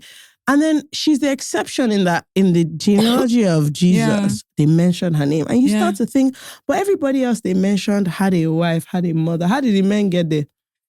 That they only mention her. And so we love to tout this thing of they mentioned her name and, you know, she's even a prostitute. But I'm like, okay, but what about all the other men that were there that they didn't mention? Like, can we all? So a lot of times I read the Bible and I have to stop to be like, you know, the story of Esther, you're praying for favor, for example, and you're the story of Esther. And I have to hold myself from being like, sorry, God, was really... FK, do you know you're a theologian? Was really... I did. She went to Bible school. I went to Bible school. Okay, because I'm like, bro, you're like giving some deep analysis. People should not play with me. She's just a nonsense girl. I just have a... Not nothing about you, but you are a theologian right here. She went to Bible school. Actual Bible school in my gap year. So sometimes when I hear pastors misquoting the word, I'm just like, my sir. But I appreciate it because I think what you're doing is what so many Christians are afraid to do, which is to actually ask the question. A lot of times I'm just like, God, I'm sorry. What is happening here? So in the workbook I've written, there's a whole part of this called Text of Terror,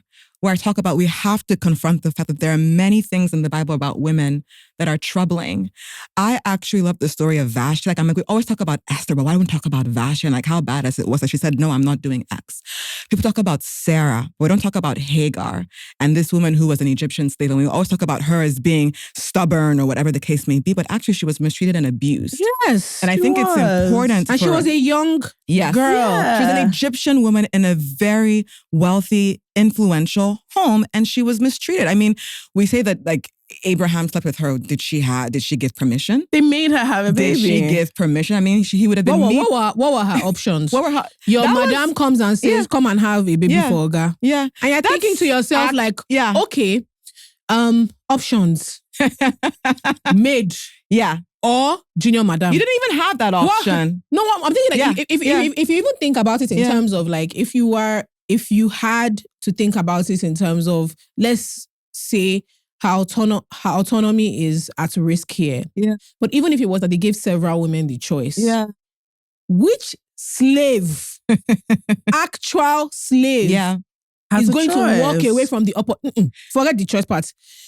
They said, come and have a baby. You know that this man, you've been watching them in the house. You know that for years they've been trying to have a child. There is no child. It's not as if he had other children somewhere. There is no child in this very, very, very, very rich man's house. Very, very, deeply, very rich. I've never thought about it from the opportunistic angle. A lot of times. I've always thought about it from the victim angle.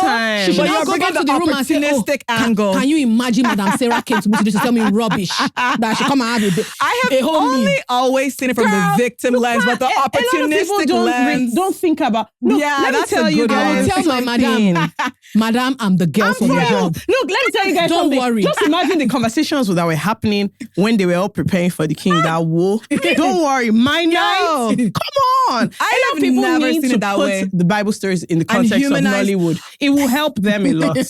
It will really help you if you think, let's say this was a Nollywood story. Because you lose... the humanization. And for me, it's important because the spirit of what is happening is still there. Esther's story is still powerful for other reasons, but like, I'm just like we have to stop acting like there isn't the context. Look, it's like violence in the Bible. But we can't view the Bible from our 21st century lens. No, we can't. And today, Abraham and David would be cancelled. They would be Me Too so hard. They would be Me Too. That's what I was going to say. Cancelled. They would be several. There's also something about, like, everybody talks about Abraham and Sarah. And the story I find the most interesting is when they went to Egypt, I believe. And her beauty. Sarah was an incredibly beautiful woman. Yeah. And the king had a wandering eye. Yeah. And so if someone was passing through and there was a woman he saw that he liked, the way the story is implied though is that he will ask. But the only reason he would say that Abraham was afraid is that they've probably heard that, there was somebody, like they said, it's his wife, he killed the man.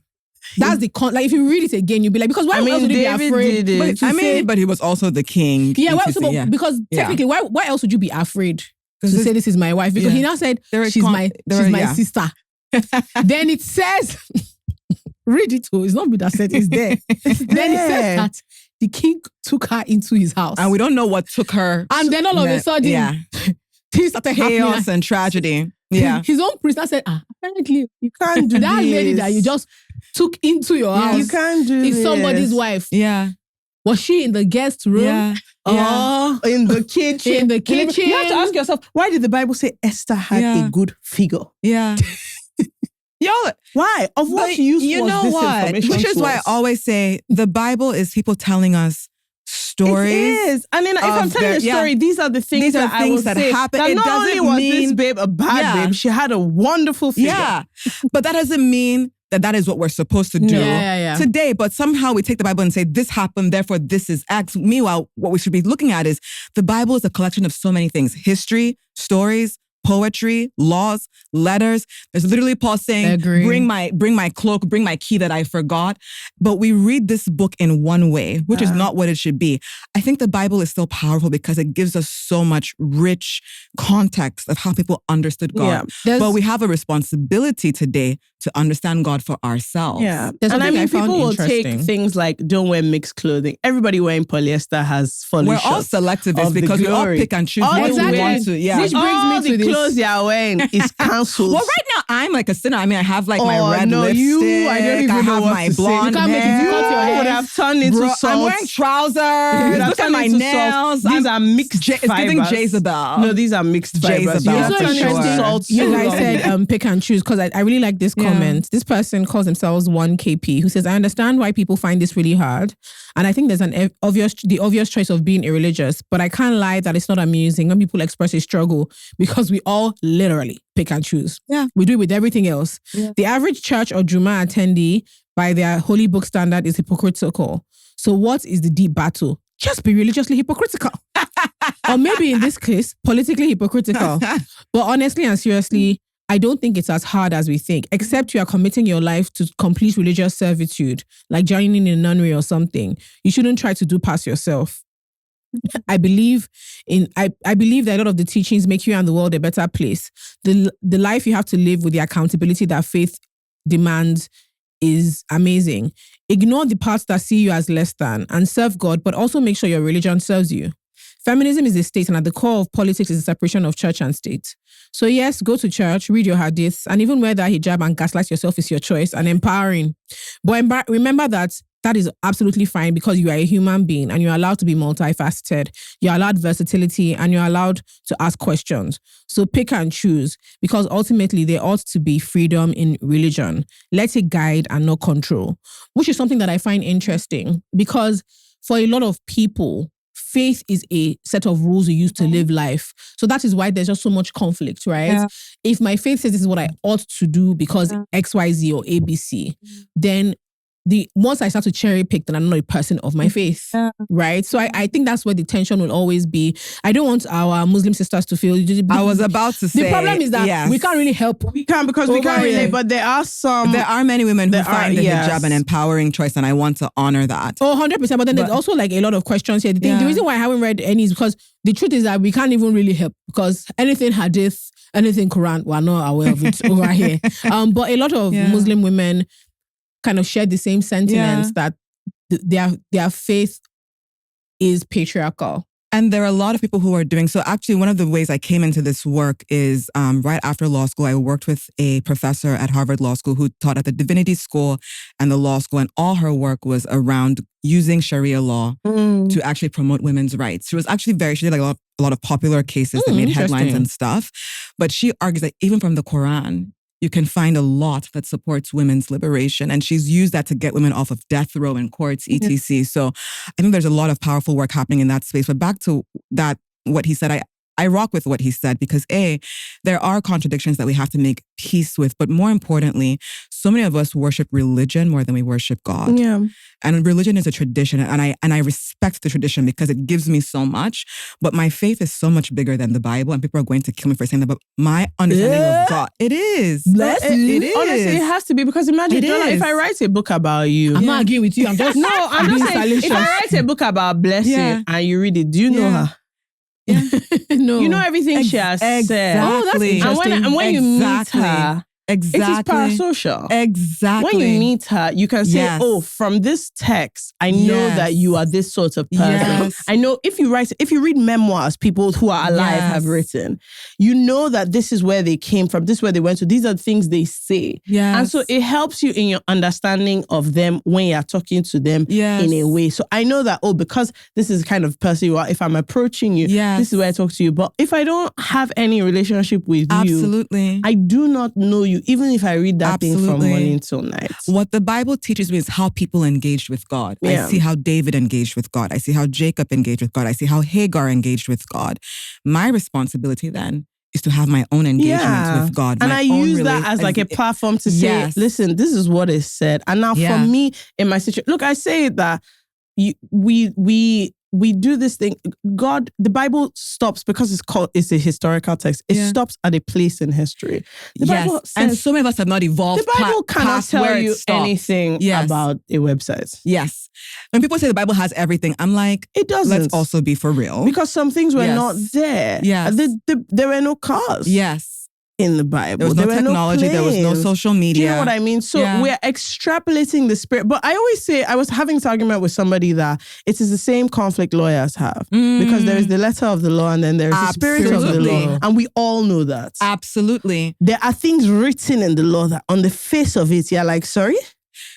Absolutely. So I'm a lawyer. Like I don't know. Yeah, and then people will tell you, the spirit of the law, and I'm like, but how come we can't also take the spirit of the religious text, the Bible? Yeah. Do you know what I think a big part of this is that we haven't like really gotten into is the fact that a lot of the problem, or a big part of the problem, is when states involve faith, right? Right. So when faith, which is meant to be mostly a personal thing, now starts to legislate, and starts to be part of the culture, and so a faith is governing what women can do with their a faith is governing what women can do with their bodies, and what you can do in public spaces, and that there are times of the year that people are afraid to eat in public, or people can't express certain views because faith now controls the state, or faith has such a huge influence on the state that I don't know, that it also means that horrible, misogynistic, patriarchal laws are used to subjugate a subsection or a cross-section of society on the basis of the lawmaker's faith. I'm so glad you said that, because at the beginning when you asked, why does it matter to do all this work? It's because religion is codified in laws. It governs our popular culture, the movies we watch. It governs everything. Whether or not you're religious, by the way, there's an implication for you. You can't be irreligious and you can't be irreligious and hold certain office in this country. You can't be irreligious and and move through life in certain spaces unencumbered because it says something about you that you don't ascribe to any faith. I mean, even the GEO bill in Nigeria that has gone before Senate so many times, people have literally read the Bible on the floor and said this goes against our religion and our culture as Nigerians. So we do not have the GEO bill, I believe, even in 2025, a basic bill that would give us the most basic human rights as women, things that say like, we shouldn't marry children, we shouldn't abuse women. We don't have that. And religion has been used to support that. So there are such tangible implications, which actually, and I know Christianity best, God is a God of choice in the Bible. It says, I set before you blessings and curses, life and death, choose life. Choice is throughout the Bible, but somehow we have made this thing that we want to force down people's throats. Yeah. I think we have to, there's a bunch of questions about submission. Girl. And to be honest, I take issue. I've read the text several times. I take issue with the way it's used. 1000%. I take 100% issue to the point where if I'm sitting in a church and they start preaching, I'm out. Left. No, I'm out because the fact is we can't even engage on a level. And I believe in Jesus. I love the Lord, but I'm sorry. Yeah, I can't be part of it. It's misogynistic how a lot of, and I'm just like, look, and and I have read it down to see that there is. Husbands love your wives, wives submit to your husband, they submit to each other. But I can't lie to you, there is a tension that I have that I'm just like, the way it is interpreted and all that, it's just, there's no way you can look at it and see this is good for women. It's not just the interpretation, it's the practical nuances of what that interpretation of submission has meant for lots of people. So we both care a lot. We've done gender advocacy work, like practically and through the podcast and through like our lives. But you hear a lot of subjugation that is on the basis of submission. And it's about, it boils down to what women are able to do with their body, job choices, education, earning potential, physical, mental, financial abuse. Under the guise of submission. So it's obviously something that's really important to talk about, particularly in the context of Christianity, because it is written quite plainly in text.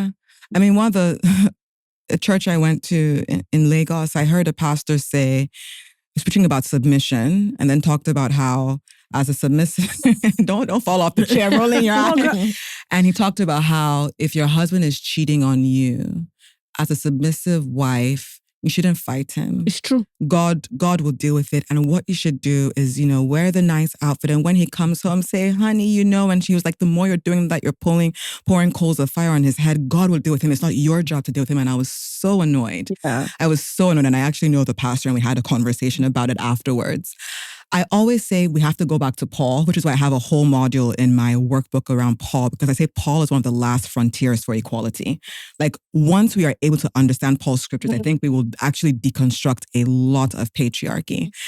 And I keep saying, think about the context in which Paul was writing. Paul thought, if you look at the scriptures, Paul thought that Jesus Christ was coming like next week, like literally any moment. He said, don't get married. Like to him, marriage was a waste of time because like we need to be thinking about. They don't see that one. Christ is coming tomorrow. With that, it meant that he didn't disrupt social norms too much because what's the point?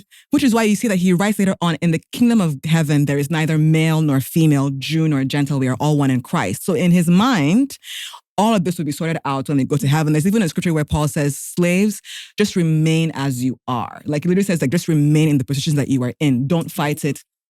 We're going to heaven. It will be sorted. Like, let's focus on kingdom business.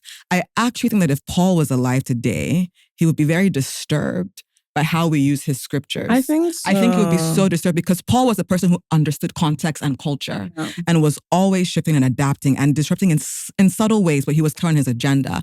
We have misused Paul so much. I think part of that has to do with women as well, because women are patriarchy's strongest foot soldiers. And I'm not always sure why. I think part of it is we don't understand the chains that we are in sometimes. I also think that we lack imagination. Because what would the world look like if we moved past these stupid debates about who has the last say and who has the final say to what could partnership look like? What could it look like if I care about cooking, I cook. If you care about cleaning, you clean. If you're making the money, fine. Like, what would I feel like it's such a boring conversation to be having in 2025. Yeah, like what kind of society would we have if we had different understandings of what it means to be human beings, like as opposed to these roles that we are dead set. And why would God make us to be so different? Why would God give us different skills, different gifts, different talents, different interests if he then wanted all of us to fit into this very limited gender box? You know what it is? I think it's also, sometimes I look at like the person of Jesus or, you know, from my own perspective, who and how I think if you just look at Jesus in a box, how he behaved, you know, you can tell in a way that is different from how God is portrayed, because God is also thunder and battle and violent. But Jesus is largely love and grace and all of that. And so for me, what it honestly is just, I'm like, this guy, I'm with him. Christ. But you see all these other things that are going on. All these other ones that you people are discussing, I'm not 100% sure. And I think that is the core of the tension. Because I'm just like, I don't know how that conversation will go with Jesus, because I can't see it. I think another thing we need to think about just generally is the concept of organized religion. And once a way of life gets into like an organization, a lot of dogma, rules, ideas from the organization are to perpetuate the organization. 1000%. Do you understand what I'm trying to say? So basically, I need us to think about how potential reimaginations or openness to certain discussions about interpretation of text, what does it do to the organization? If it affects the organization negatively, is it possible that we are too afraid to accept or rethink just because we're worried about? But also, Christianity has been reimagined so many times, but those reimaginations have been led by white men. If you think about Martin Luther and the fact that we now have Pentecostal churches and the Protestant movement, that was someone who said, I'm done with the Catholic Church. And in fact, up until that point, the Bible wasn't read in the way that it's read now, where we see it as the final authority. The way the Bible began to become the final authority was when Martin Luther said, no, the Catholic Church is abusing its power, and the Bible it was awful. Yes. But there have been so many different reimaginations of Christianity. If we actually study the history of the church, think about slavery, how the Bible was used to support slavery in many ways. It was a Christian ethic to support slavery. It was part of missionary movements to acquire slaves. Yes, colonialism was on the back. I mean, we have so much of colonialism because missionaries came to countries. And people have reimagined that. So I keep thinking, if women were to begin to reimagine these traditions in a way that benefits us. Because there is so much about religion that is beneficial. I enjoy the worship. I enjoy the community, but there is a lot of it that is harmful. If we could reimagine it for our own good, what would the world look like? Because if you study it, men have been reimagining church traditions and church cultures across history. Yeah. So if somebody was curious about what it is you're saying, they're skeptical or interested, or they even want to just read it to fight you. Because I like stuff like this, but where would you suggest people who are thinking about how to, and it may not just be feminism, it might be like some sort of ideology or thoughts that they have. What were you reading or studying apart from like holy text itself to get you to this point? Is there stuff you are researching or reading? Where did you get information from? I think you actually cannot read the text alone. You have to understand where was the text written. I feel like life is so much easier now. There was no chat GPT when I began studying this. I went to the work of womanist theologians, feminist theologians. But what I will say is the workbook that I've put out, at least for Christians, what I have tried to do is take all that study, which took so much time because you have to go here. There are some scholars who all they study is a specific book or specific chapter of Paul. For like decades, that's all they study. And you have to weed through all that stuff. There are people who study only Hagar. That is their expertise. And what I've tried to do with my framework is say, what are the most important things you must know as a Christian if you want to support gender equality? That framework will be on our website, theshetank.org. It comes out in a few weeks. You can follow the She Tank on Instagram and you'll get all the information about that. It will also give you other references. It'll give you other books that you can look at and find. I think if you are from other faith traditions, just go and Google Islamic feminism. you'll see so many names come up. There are people who have been doing this work for a while. Part of the work that I did in my corporate life is I helped the Gates Foundation think about its approach to religion. And so Georgetown, for example, we have a fellowship that is now housed there. And we actually have nuns who are doing feminist work and gender equality work. But if you look at Georgetown, they have a lot of work around faith and religion that you can find. So I think just do the Googles, do the Chat GPTs. But the framework, I think, will be really helpful for a lot of people. Like whenever I'm reading the Bible, I just go to ChatGPT. Tell me what this thing means. Like the other day, someone was talking about how Jesus was a Palestinian, and I was like, okay, I want to understand the history of that. And like ChatGPT gave like a full breakdown. So there's so much more now, I think, to do this. The reason I wanted you to say that is because some people be wondering like why we're having this conversation. I feel the same way you do. There's a lot of the stuff that we care about as women and women's rights, about women's rights and the role women have in Nigerian society and why we are where we are socially, that cannot really be combated if we're not able to speak to religious organizations. Yeah. We cannot achieve gender equality without it's impossible. Because it controls so much of how people think of what they think is acceptable. Sleep, love, vote, live. Everything. Even if you're not religious, it's subconsciously affecting. And about women's rights, I want to quickly say, I think that a lot of people don't struggle with women's rights anymore. So the idea that a girl should go to school or women should have is not an issue. People struggle with equality and power. Yes. Like I started my career as a lawyer thinking about women's rights. And when everything began to fall apart was realizing, we're okay talking about women should have property and women, but when we talk about power, a woman should have a say. It should be my choice if I want to take a name or not take a name, if I want to get married or not get married, if I want to take this role. That is where we all fall apart. I think the biggest issue in today's world is power. Yeah. I wanted to just read out some of the comments we had. We've talked about most of these things, but just so people will have some context of what people were saying. So T says, I believe in Jesus, but I don't think you can be deeply religious and identify with feminism. I think the first step for me was realizing that my religion was inherently patriarchal and there's no need to deny it. It's also dicey when it comes to history and the validity of the Bible. I'm a proud pick and choose Christian. The defining factor is empathy for me. What do I avoid? Does this harm negatively impact myself or someone else that's undeserving of it in any way? So I'm happy with the conflict. Let me read someone one from else a Muslim. says, sorry? Let me read one from a Muslim. Being a Muslim and feminist at the same time is honestly something I've had to navigate with a lot of thought. My faith means a lot to me and it grounds me. It gives me a lot of peace, teaches me kindness and fairness. Yet there are parts that feel uncomfortable or unfair from a feminist perspective. Things like inheritance laws, the constant emphasis on women's modesty compared to men, or how women are sometimes treated or excluded in religious spaces can be very hard to reconcile. They make me question our cultural and religious values.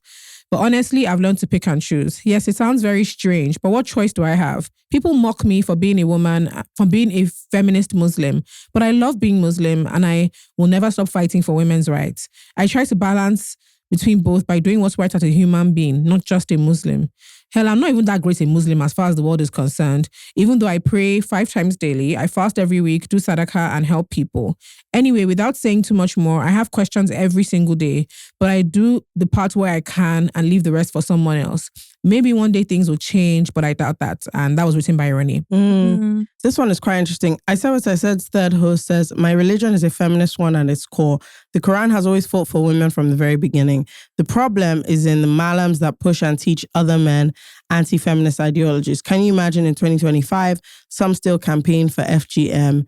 It's sad still. Another one I wanted to read was Z says, how women are not to beautify themselves. You can do the basics, but a lot of makeup, not wearing your hijab, wearing high heels, wearing bright and attractive clothes, wearing perfume outside the house as a risk of attracting. How would one feel beautiful when you have these restrictions? Most women want to beautify themselves and feel good, but sometimes it's like choosing between your religion and your looks. P.S. Some people will say you can beautify yourself, blah, blah, blah, but ask them to what limit. Even perfume, ask them to what limit. Standing both feminist and religious ideals is a disingenuity fest. Religion is largely patriarchal, while feminism is committed to the complete annihilation of the patriarchy. For instance, on the topic of submission, both have very different views on how that should play out. So knowing this, how do religious feminists reconcile both without battling cognitive dissonances, which I think is all what we've been talking about. I think that we weren't really able to touch on is there were quite a number of people who have walked away from their faith. Yeah, so there are a number of people who said they've actually lost their faith because the more feminist they got, the less it became harder. Yeah, because just even reading text on their own. Yeah. And trying to find community within religious spaces was very hard because on the basis of religious text, subjugation of women was the norm. And I respect it. I mean, there's a whole, it's called a deconstruction movement of people who begin to deconstruct. And I follow a lot on TikTok. There's one woman I love, like she cracks me up because she's very funny and like when she deconstructs some Bible stories, you're just like, okay, that kind of doesn't make sense. So I get it. I get why people walk away and I respect it. And I think that it can also be a holy choice to do that. Ultimately, I think that the Bible was written by human beings and people are going to stone me for saying that. It was a human written book inspired by God. And because human beings have contradictions, because human beings are flawed, the Bible contains all of that. And I think that to be a Christian is to pick and choose. And part of what I say is I pick and choose on the side of liberation. When I'm thinking about a scripture and I feel a tension, I think about the God I serve. Personally, I don't know about the God other people serve, but the God I serve is on the side of liberation. And so my picking and choosing will always be on the side of liberation. Interesting. I like you said, it's about how people wrote. Because if you read John, he's the one that was kept telling us he's Jesus' favorite. Exactly. Nobody else said that. He was Nigerians wrote the Bible. He was like, he was John like, so beloved of God. And I'm just like, bro, it's fine. And he mentioned it multiple times. It's like, guy, he's like, this is by John, beloved of God. I'm like, bro. And people will say that thing, and I'm like, hope you know this guy said this thing with his mouth. But he was the one. It is important to read with context. I remember when I started rereading Acts, and I just realized the disciples used to fight a lot. Like they would have disagreements. 12 people. What do you think is gonna happen? So I can't remember where it was that they said maybe there's two people who are supposed to go and preach somewhere. They fought on the way, another person, and the person went home. Like almost like we were supposed to do this thing together. We had a disagreement. Okay, you go and preach. I will be going to another city. Let me tell you, one of my favorite stories to just be like, hey, Jesus, you said people should pray in the middle of the night. They fell asleep. Okay, but what else? What is one supposed to do at night? What else was going to happen? And they said, John now. And then when pastor uses it to preach against you like those who slept, I said, but realistically, look at it. So it's interesting. And even, look, in the Bible, there is a contradiction of the Old Testament and the New Testament, where in the New Testament, they're saying that we are, as in those days have passed, Jesus has come. And I'm like, you see it? Yeah. We're all in a post something. Well, they didn't have the Bible, and now we are post-Bible. We have this thing. Even within Christianity, when pastors, I went to Hillsong before everything collapsed. And people were having such a field day about pastors wearing ripped jeans. Yeah. This was like Pastor a Carl. major. This was honestly a major issue. The ripped jeans was a huge issue in Christianity. The dark room, the strobe light, the strobe lighting. Church is not a club. Hillsong New York was in a club at one point. I used to go. I went when I visited. Yes.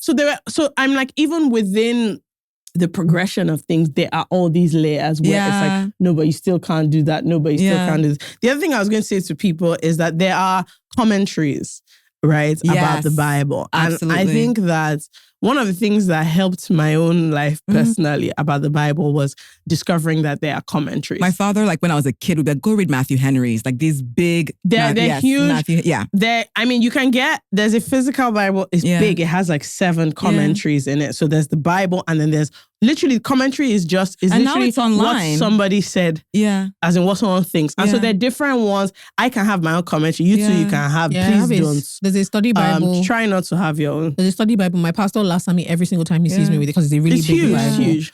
And Google feminist theologians, womanist theologians. There are people who have been doing this work for decades. And don't be... I think scared, if you really believe that God is so big and mighty and that he loves you, I'm not sure saying, okay, but why is this so misogynistic is the thing that is going to break God. No. Yeah. So and that is my own thing. I'm always like, okay, but let's be sincere. And this is how I pray. I'm like, to be frank, what's really happening? Yeah, it's important. This can't work. I'm like, God is big enough for our questions. Yeah. Like so many people serve a God that is so fragile. Yeah, and I'm like, it's not Yeah. true. And in the same way I look at pastors, I'm like, they're deeply flawed. Because they're human people. beings. And so in the same Again, way, I cannot take everything they say. It's Yes. because I think pastors' kids have an easier time of this because we see them as human beings. Yes, that's true. No, So like it's easier to parents. ask True. questions in general because you are mostly amused when people act like your parent Are infallible. is like the mouthpiece of God. They're like this one. So you see them as people first. and they have their own tensions too. Yeah. And they change their minds too. Yeah. all the Yeah. time. All the So time. I think, look, we live in most of the things we do in life is a huge contradiction anyway. Yeah. And so to me, it's fine. I very much understand and empathize with people for whom they can't reconcile yes, the two. Yeah. 100%. And you have to choose. I think that's fair enough. Yeah. And either way you have made your choice, I understand that's fair enough. I'm very happy in the gray, this In the particular tension. Wait, gray. FK, why have you stayed with religion? To be honest, I have issues with church even till now. Like I have issues with just the way church is expressed. But honestly, it is on the personal note of, okay, me and my Jesus. That is actually the only reason I have stayed. I don't go to church that often. There's a lot of things I no longer participate in the body. Yeah. And that is another, but people, like my mom has a huge issue with that. I mean, I can't go to a church unless I know the pastor has theological training. Do you know the number of times I've gone to church and I left? refuse now Why? because They misquote the Bible. No, I need to know. In the same way that my doctors need to go to medical school, I need to know that my pastors went to divinity school because people are just freestyling with this thing and they were taking it as gospel. Yeah, I don't even have a thing about the theology. I've never even considered would they go theological or not. But the number of times like the pastor will be preaching for 30 minutes on a passage, which he's repeating. And then you just go to the passage on your phone and you're like, this is not what they said. Yeah. Say, bro, you just decided you changed like 5 words. Yeah. Not that obviously if you're quoting something, you might make one mistake. I'm like, but what is happening in this story and what you are saying? Yeah. I know, and the number of times I've had to stand up and leave in the middle of service. She just leave. Especially, I get that. I mean, there are little things that I know about maybe the word that make me leave. Like once they start rapping the welcome or something, I've gone home. I've gone home.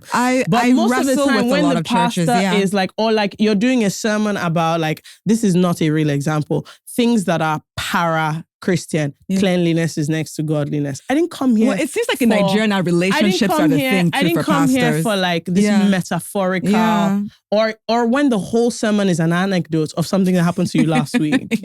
Last week, I was on the plane and I saw one James and James said, okay, me too. I also met people last week. I actually came here about the word, but 90% of the sermon has been about the anecdote. And then you just threw up a quick scripture at the end.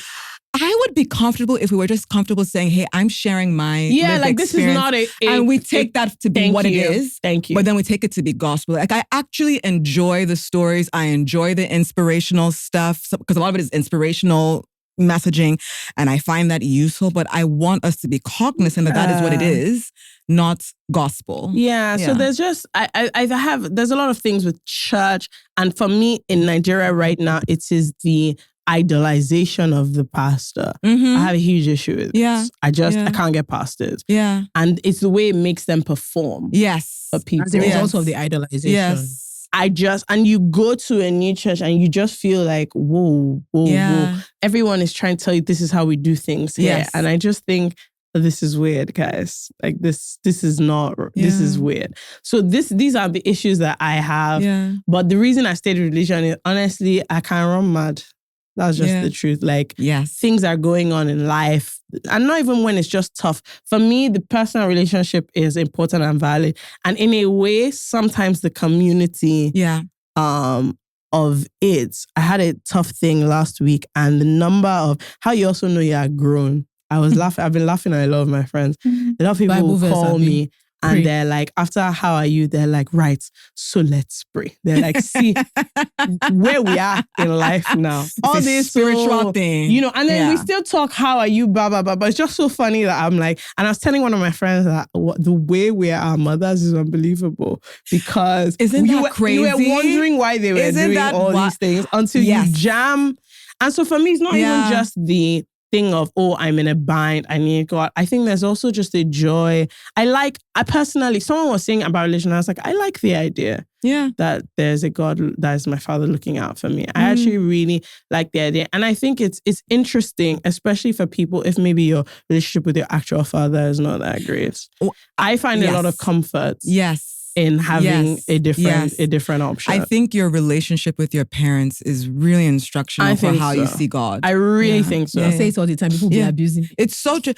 I am able to see God the way because my father let me ask him questions. God bless you. God bless you. My father let me ask him questions, so that's why I'm not scared to ask. And God also when people questions. think of God like a really frustrated lesson teacher. It's so confusing to me. That you know, like how your teacher was always looking for how to punish you, shout at you. You make one small mistake, he's tired, he's angry, he's not in the mood, he misunderstands you, he takes offense. I'm like, but the thing is, the one I had at home, who's super flawed, by the way, is so great. That can't make sense that a perfect version is this easily frustrated, is so emotionally fragile, can't ask question, you can't say bro, how does that make sense? Nothing, you're just living in fear of being potentially struck down, has no room for you to make mistakes. Even my dad, I can come and say, man, guy, I don't know how I made this kind of mistake. Even if he's irritated or he's sad or he's upset, the point is, so what's the solution now? Yeah, and you know what's funny? What you even said now, there are things that I say, maybe if I talk to my mom or my dad, that I will be like, guys, please. And a lot of people will be like, how can you say that to how your can parents? you say that to your parents? And I'm like, because at this point, this is who I am. Them too, they know there is a casual. So sometimes you might hear me talking to or about God or Jesus, and people are like, oh my God. And I'm like, oh. I know the way I talk to the ones I have in my house. So and even my mom, I appreciate her so much. I talk about my dad a lot, but I appreciate my mom. The coolest babe. She's very, I really enjoy your mother's approach. Yes. My mom is the most badass woman I know because she's not scared of anyone. Sometimes she'll say, my mom, people are going to cancer, and she'll be like, I don't care. And so like what she believes is what she believes, and she's unrepentant. And I respect the fact that she has not bought into so many pastors accumulate wealth in ways, and she has been very intentional about not doing that. And I respect that. You have to be intentional. Once you get to that. Because honestly, it's so easy to do. Like she refuses to have a PA. She refuses to have, and she does these things. She's like, I don't want anything that will create a God complex. She does not have a PA. She does not have a delegation. Like she's very intentional about doing that. She lives in a rented home. Like she's so specific and intentional about that, and I respect it. But what I also respect is we debate about feminism all the time. But she's open to the debate. She's open to having the conversation. And I'll say, Mommy, this doesn't make sense. And she will go with you for a while and she's like, okay, leave me alone. But I appreciate that. And I think we need more of that. Of just having debate and having, even if we don't agree. The last thing I want to say is like, in listening to all this, everybody has a different, I don't think you should feel bad. Look, it's not the same as the issue with faith and feminism, which is what I'm comfortable with. But for a long time, I couldn't pray father. When people say father, I couldn't say it. But the Bible says that God made them male and female in the image of God. He created them. So God is not just male. I know, but I'm just saying that because of like a real life situation, I just couldn't. Jesus friend, Holy Spirit friend, that was my jam. I was very happy there. Father was you see anything, I get Abba, you. Daddy. I said, who, please? I was like, please, just free me. And I think that's the beauty of God too, that God can be what you need. As me, I changed it. So I'm like, I have a lot of understanding for people who can't figure it out. And the tension is real. You know, there are many people who don't have an issue with going to church regularly. And I find that the reason I don't go is because I'm constantly rolling my eyes. I think it's bad for everybody involved.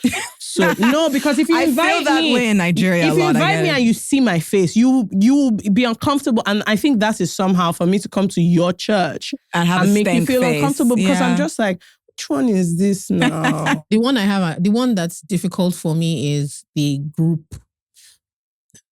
So you know how when people ask you, I grew up in church, so I know the church dance. Yeah. Right? You can perform it. I can perform it. Yeah. So the problem is the difficulty in saying your mind truly, because you're not actually supposed to. Yes. There's a dance you're supposed to do. There's a way I can go. I can do it. There's a performance that if I wanted to do, like back of I my could hand. be the what we're talking about, the Daughters of Zion. Yeah. I know how to do that dance, and I can come and give you guys the scripture, and I'll like fall on my knees, and I'll do all of that. But what if I don't feel like getting on my knees in that moment? Yeah, and you agree with everything, and everything is Rema, and everything is powerful, and everything makes sense, and everybody talks softly, Sister Toby. Asking the question makes you somewhat unholy, but or saying no, I don't disagree. Like, actually, I hear you, Sha, but I don't know. Yeah. I don't know if I agree with that. We're so scared of the I don't know, because actually we're supposed to have everything figured out. And there's still parts of the... I'm like, but we come from a faith where like the Holy Spirit is meant to be. How can you possibly know you now? How can you know? Like sometimes I'm just like, can we just be serious? It's hard. So that's the part that's hard. So I don't know that. I just have a lot more empathy, I guess, for difficulty. And our generation is also different. So our parents grew up a lot more under, by the time when they were around, if your parents went to university, or they were coming into like young adulthood, it was a lot of it was under military regimes. So they have a very different approach to authority, leadership, faith. Yes. They treat it like an assignment they can fail at. And I think that there's something about the Nigerian context in particular. My sister now suffer. Thank you. See, Ian just stupid. Yeah, bastard. Look, it's like your roads are not working. The hospital is not working. I think that then coming to say, let's reopen religion, it's like, no, I need something to be sure. Let me tell you the truth. Some people are going to start listening to this topic and think there's actually no lights and you guys are debating feminism. Yes. Whoa, I can't come to this place to laugh, to this. Which one is? It's hard. Yes. So in a way, honestly, this is one of those things where we have lights in this studio. And I respect it. We've likely eaten today. Now we eat again. Yeah. Let me tell you, if you've not eaten, there are things. Have I considered the conflict of faith? I have not considered this. One time, my sister was like, I have two children. What I'm considering, what I'm considering my 4-year-old, leave me alone. This is me and my mom. I'll say, Mommy, but you know when you, because she said, don't consider anything. She said, especially if she's had a bad day and I don't want to talk about something that's very theoretical. She just move away and say, George. Don't stress me. So there's a way that... And I get it, because I'm like, it's easy for me to talk about all this when I have light and I have data on my phone and like, I get it. Like, look at what we're saying. We went to Bible school. We're talking about we've read theology and commentary, and people are just thinking, like, shut up. Whoa, please. And that's I want you to please be so for real. And so I think it's important to acknowledge that, because like, especially in Lagos, real life is happening at such a level that sometimes you want to, it's like in work. I remember one time I was talking about excellence or something. And one of my staff told me it took him 4 hours to get to work. How can it be excellent?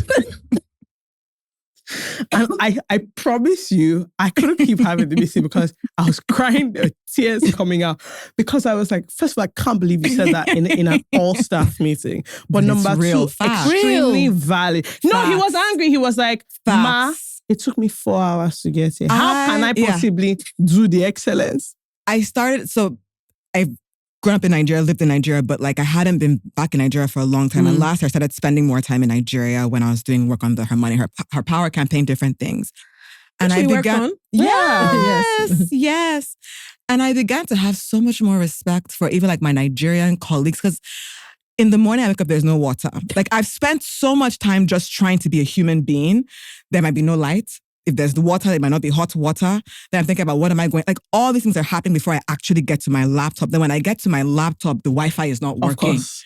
So then how am I even supposed to think and function? Yeah. So I get it. So when people, like when my mom and my sister say, leave me alone, blessing, I 1000% get it. And they're like, don't come and start opening all these things for us, because we need this one thing to be certain and sure and straight. Don't come and start confusing it. I get it. So a lot of times I get it. And people, demify, it's because people are poor. And I'm like, yeah, they need something to hold on to. And can you blame anybody? Yeah. Look at what is going on. You yourself, you might turn to things. Yeah. Because at the end of the day, it's not a great situation. Yeah. So I don't know. Who knows what is going to who knows what's going to happen. So, I do think that's what makes life and faith so beautiful is you don't figure it out in one go. It's a lifelong thing. Yeah. And people don't want to, I was about to say something that we've just left one issue. Maybe we shouldn't say, but even the marriage going is a contradiction.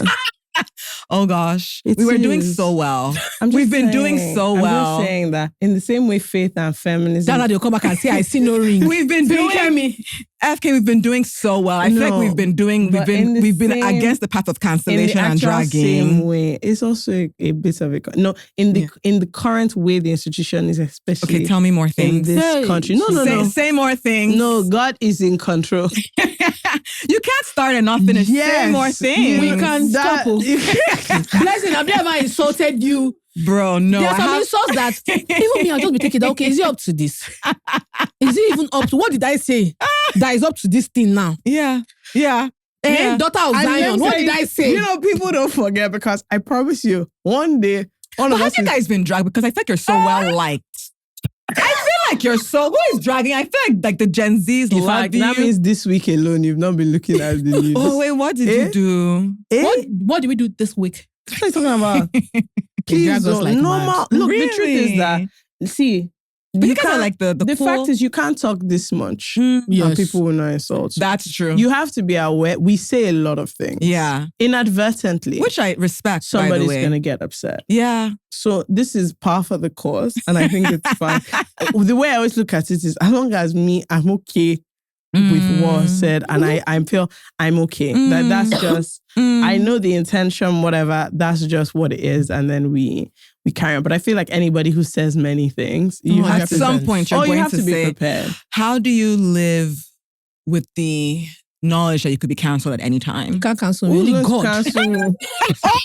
Only God can't cancel me. No, it's only God Lord that can take me out. Please, and let me tell you something. The Holy Spirit is my advocate. These people, I no. can go fire for fire with you. If it's Bible, try me. Yeah. So please, if it's that, that's why a lot of the times where Christian gets upset, I'm just like, if you start, I'll finish. So don't worry. But what I was going to say is one day one of us goes to get married, and I swear to God, people are going to say, you see, after you people say, because I always love whenever someone who is like pro women gets married, and people are just like, you see, it does. Now you joined everybody. Yeah. Do you know what's so funny? Like someone in the feminist space in Nigeria, she met me and I was somewhere and she saw somebody. She said, "Is that your boyfriend?" She said, "No." Yeah, I can't believe I just did that. No. It was so funny because she literally said, "Oh, is that your hey?" No. Like she has to hold herself. Yeah, she said, "No, I can't believe I did." It was so funny. Her reaction was so funny. She said, "No. We don't care about him. No, it doesn't matter who he is. Everybody's a person." And it was so funny. Because you're just like, listen, we all live in the contradiction. It's fine. It's fine. I think it's fine. We all do. Yeah. I think it's fine. Yeah. Thank you so much for coming. Honestly, thank you. I really enjoyed this conversation. Thank you. This was really fun. Made me I think people I don't actually think my dad is going to watch this one. I don't think we're going to get dragged. But I think people will quite enjoy it because a lot of people live in this tension. Yeah. And so apart from people who don't care, which is also good. Thank you for having me. If people are looking for you, where can they find you, your work? What do you want them to know at the moment? You can find me on Instagram. I'm Blessing Omakwu, but you can find the She Tank more importantly, which is where like a lot of my work lives. On Instagram, our website is www.theshetank.org. I talk so fast now. Theshetank.org. Everywhere, yeah. The She Where Tank can they find the workbook? It's going to be on the She Tank's website. Excellent. It should come out in a few weeks. Awesome. Thank you so much for coming. Thank you for having me. This was fun. This was really fun. Wait, what do you guys call people like the bounce? What are they called? Am I part? What is your delegation God called? Allow us call you what they call themselves. What they call themselves. I don't think you. Every time I see people say, I'm like, you guys, as a community, was so fun and cool. Okay, but now I need to know the way this name has become. What is the name? I can't say Sidats. What? Let me tell you what happened. One time we were asking what we should be called. Yeah. And one suggestion was so ridiculous. But you know, when something... I said what I said. So it was sides and sidats. It's really awful and quite terrible. And our community is so unserious. They started running with it. Now you can't walk it back. No, we must though. No, we have to. We can't walk it back. This is just... You should have a competition. This is how we got here. And I fear that if we have another one, it could be worse than where we are. Now, so All right, that's let what me it know when you is. get the. I'm part of whatever. I prefer, anyway, I wasn't a fan of the bounce initially, but honestly, compared to the sides and siders, we sound like all those associations that have banner. Thank you. And before I close, I must say, thank you both for your podcast. There was a moment in my life when it was like the worst period of my life. I was so depressed and I needed something to just make me laugh. I didn't need anything that was intense. And your podcast was that. It was very specific. So you're doing the Lord's work too. Thank you. Thank you. All right, guys, we'll see you next week. Bye. Have a great week if you like. If you don't. If you don't like any week you want to have, God help you. Bye-bye. Bye. Hi, my name is... It's not on. Has it been off the whole time? No, it's on. The whole 2 hours? Oh, okay. This season of I Said What I Said is brought to you by Carousel Networks. We are your hosts, Jola Jolzaye and Fekemi FK Abudu. Our guest today is Blessing Omakwu of She Tank. Our producer is Debbie Romeo. Our social media manager is Najite Anira. Our cinematographer is Divine Unabuko. Our production associate is Theresa Ajayi. Our sound engineer is David Kenny. And on camera assistants, we have Abolade Uluyede. This fantastic episode is brought to you by the She Tank.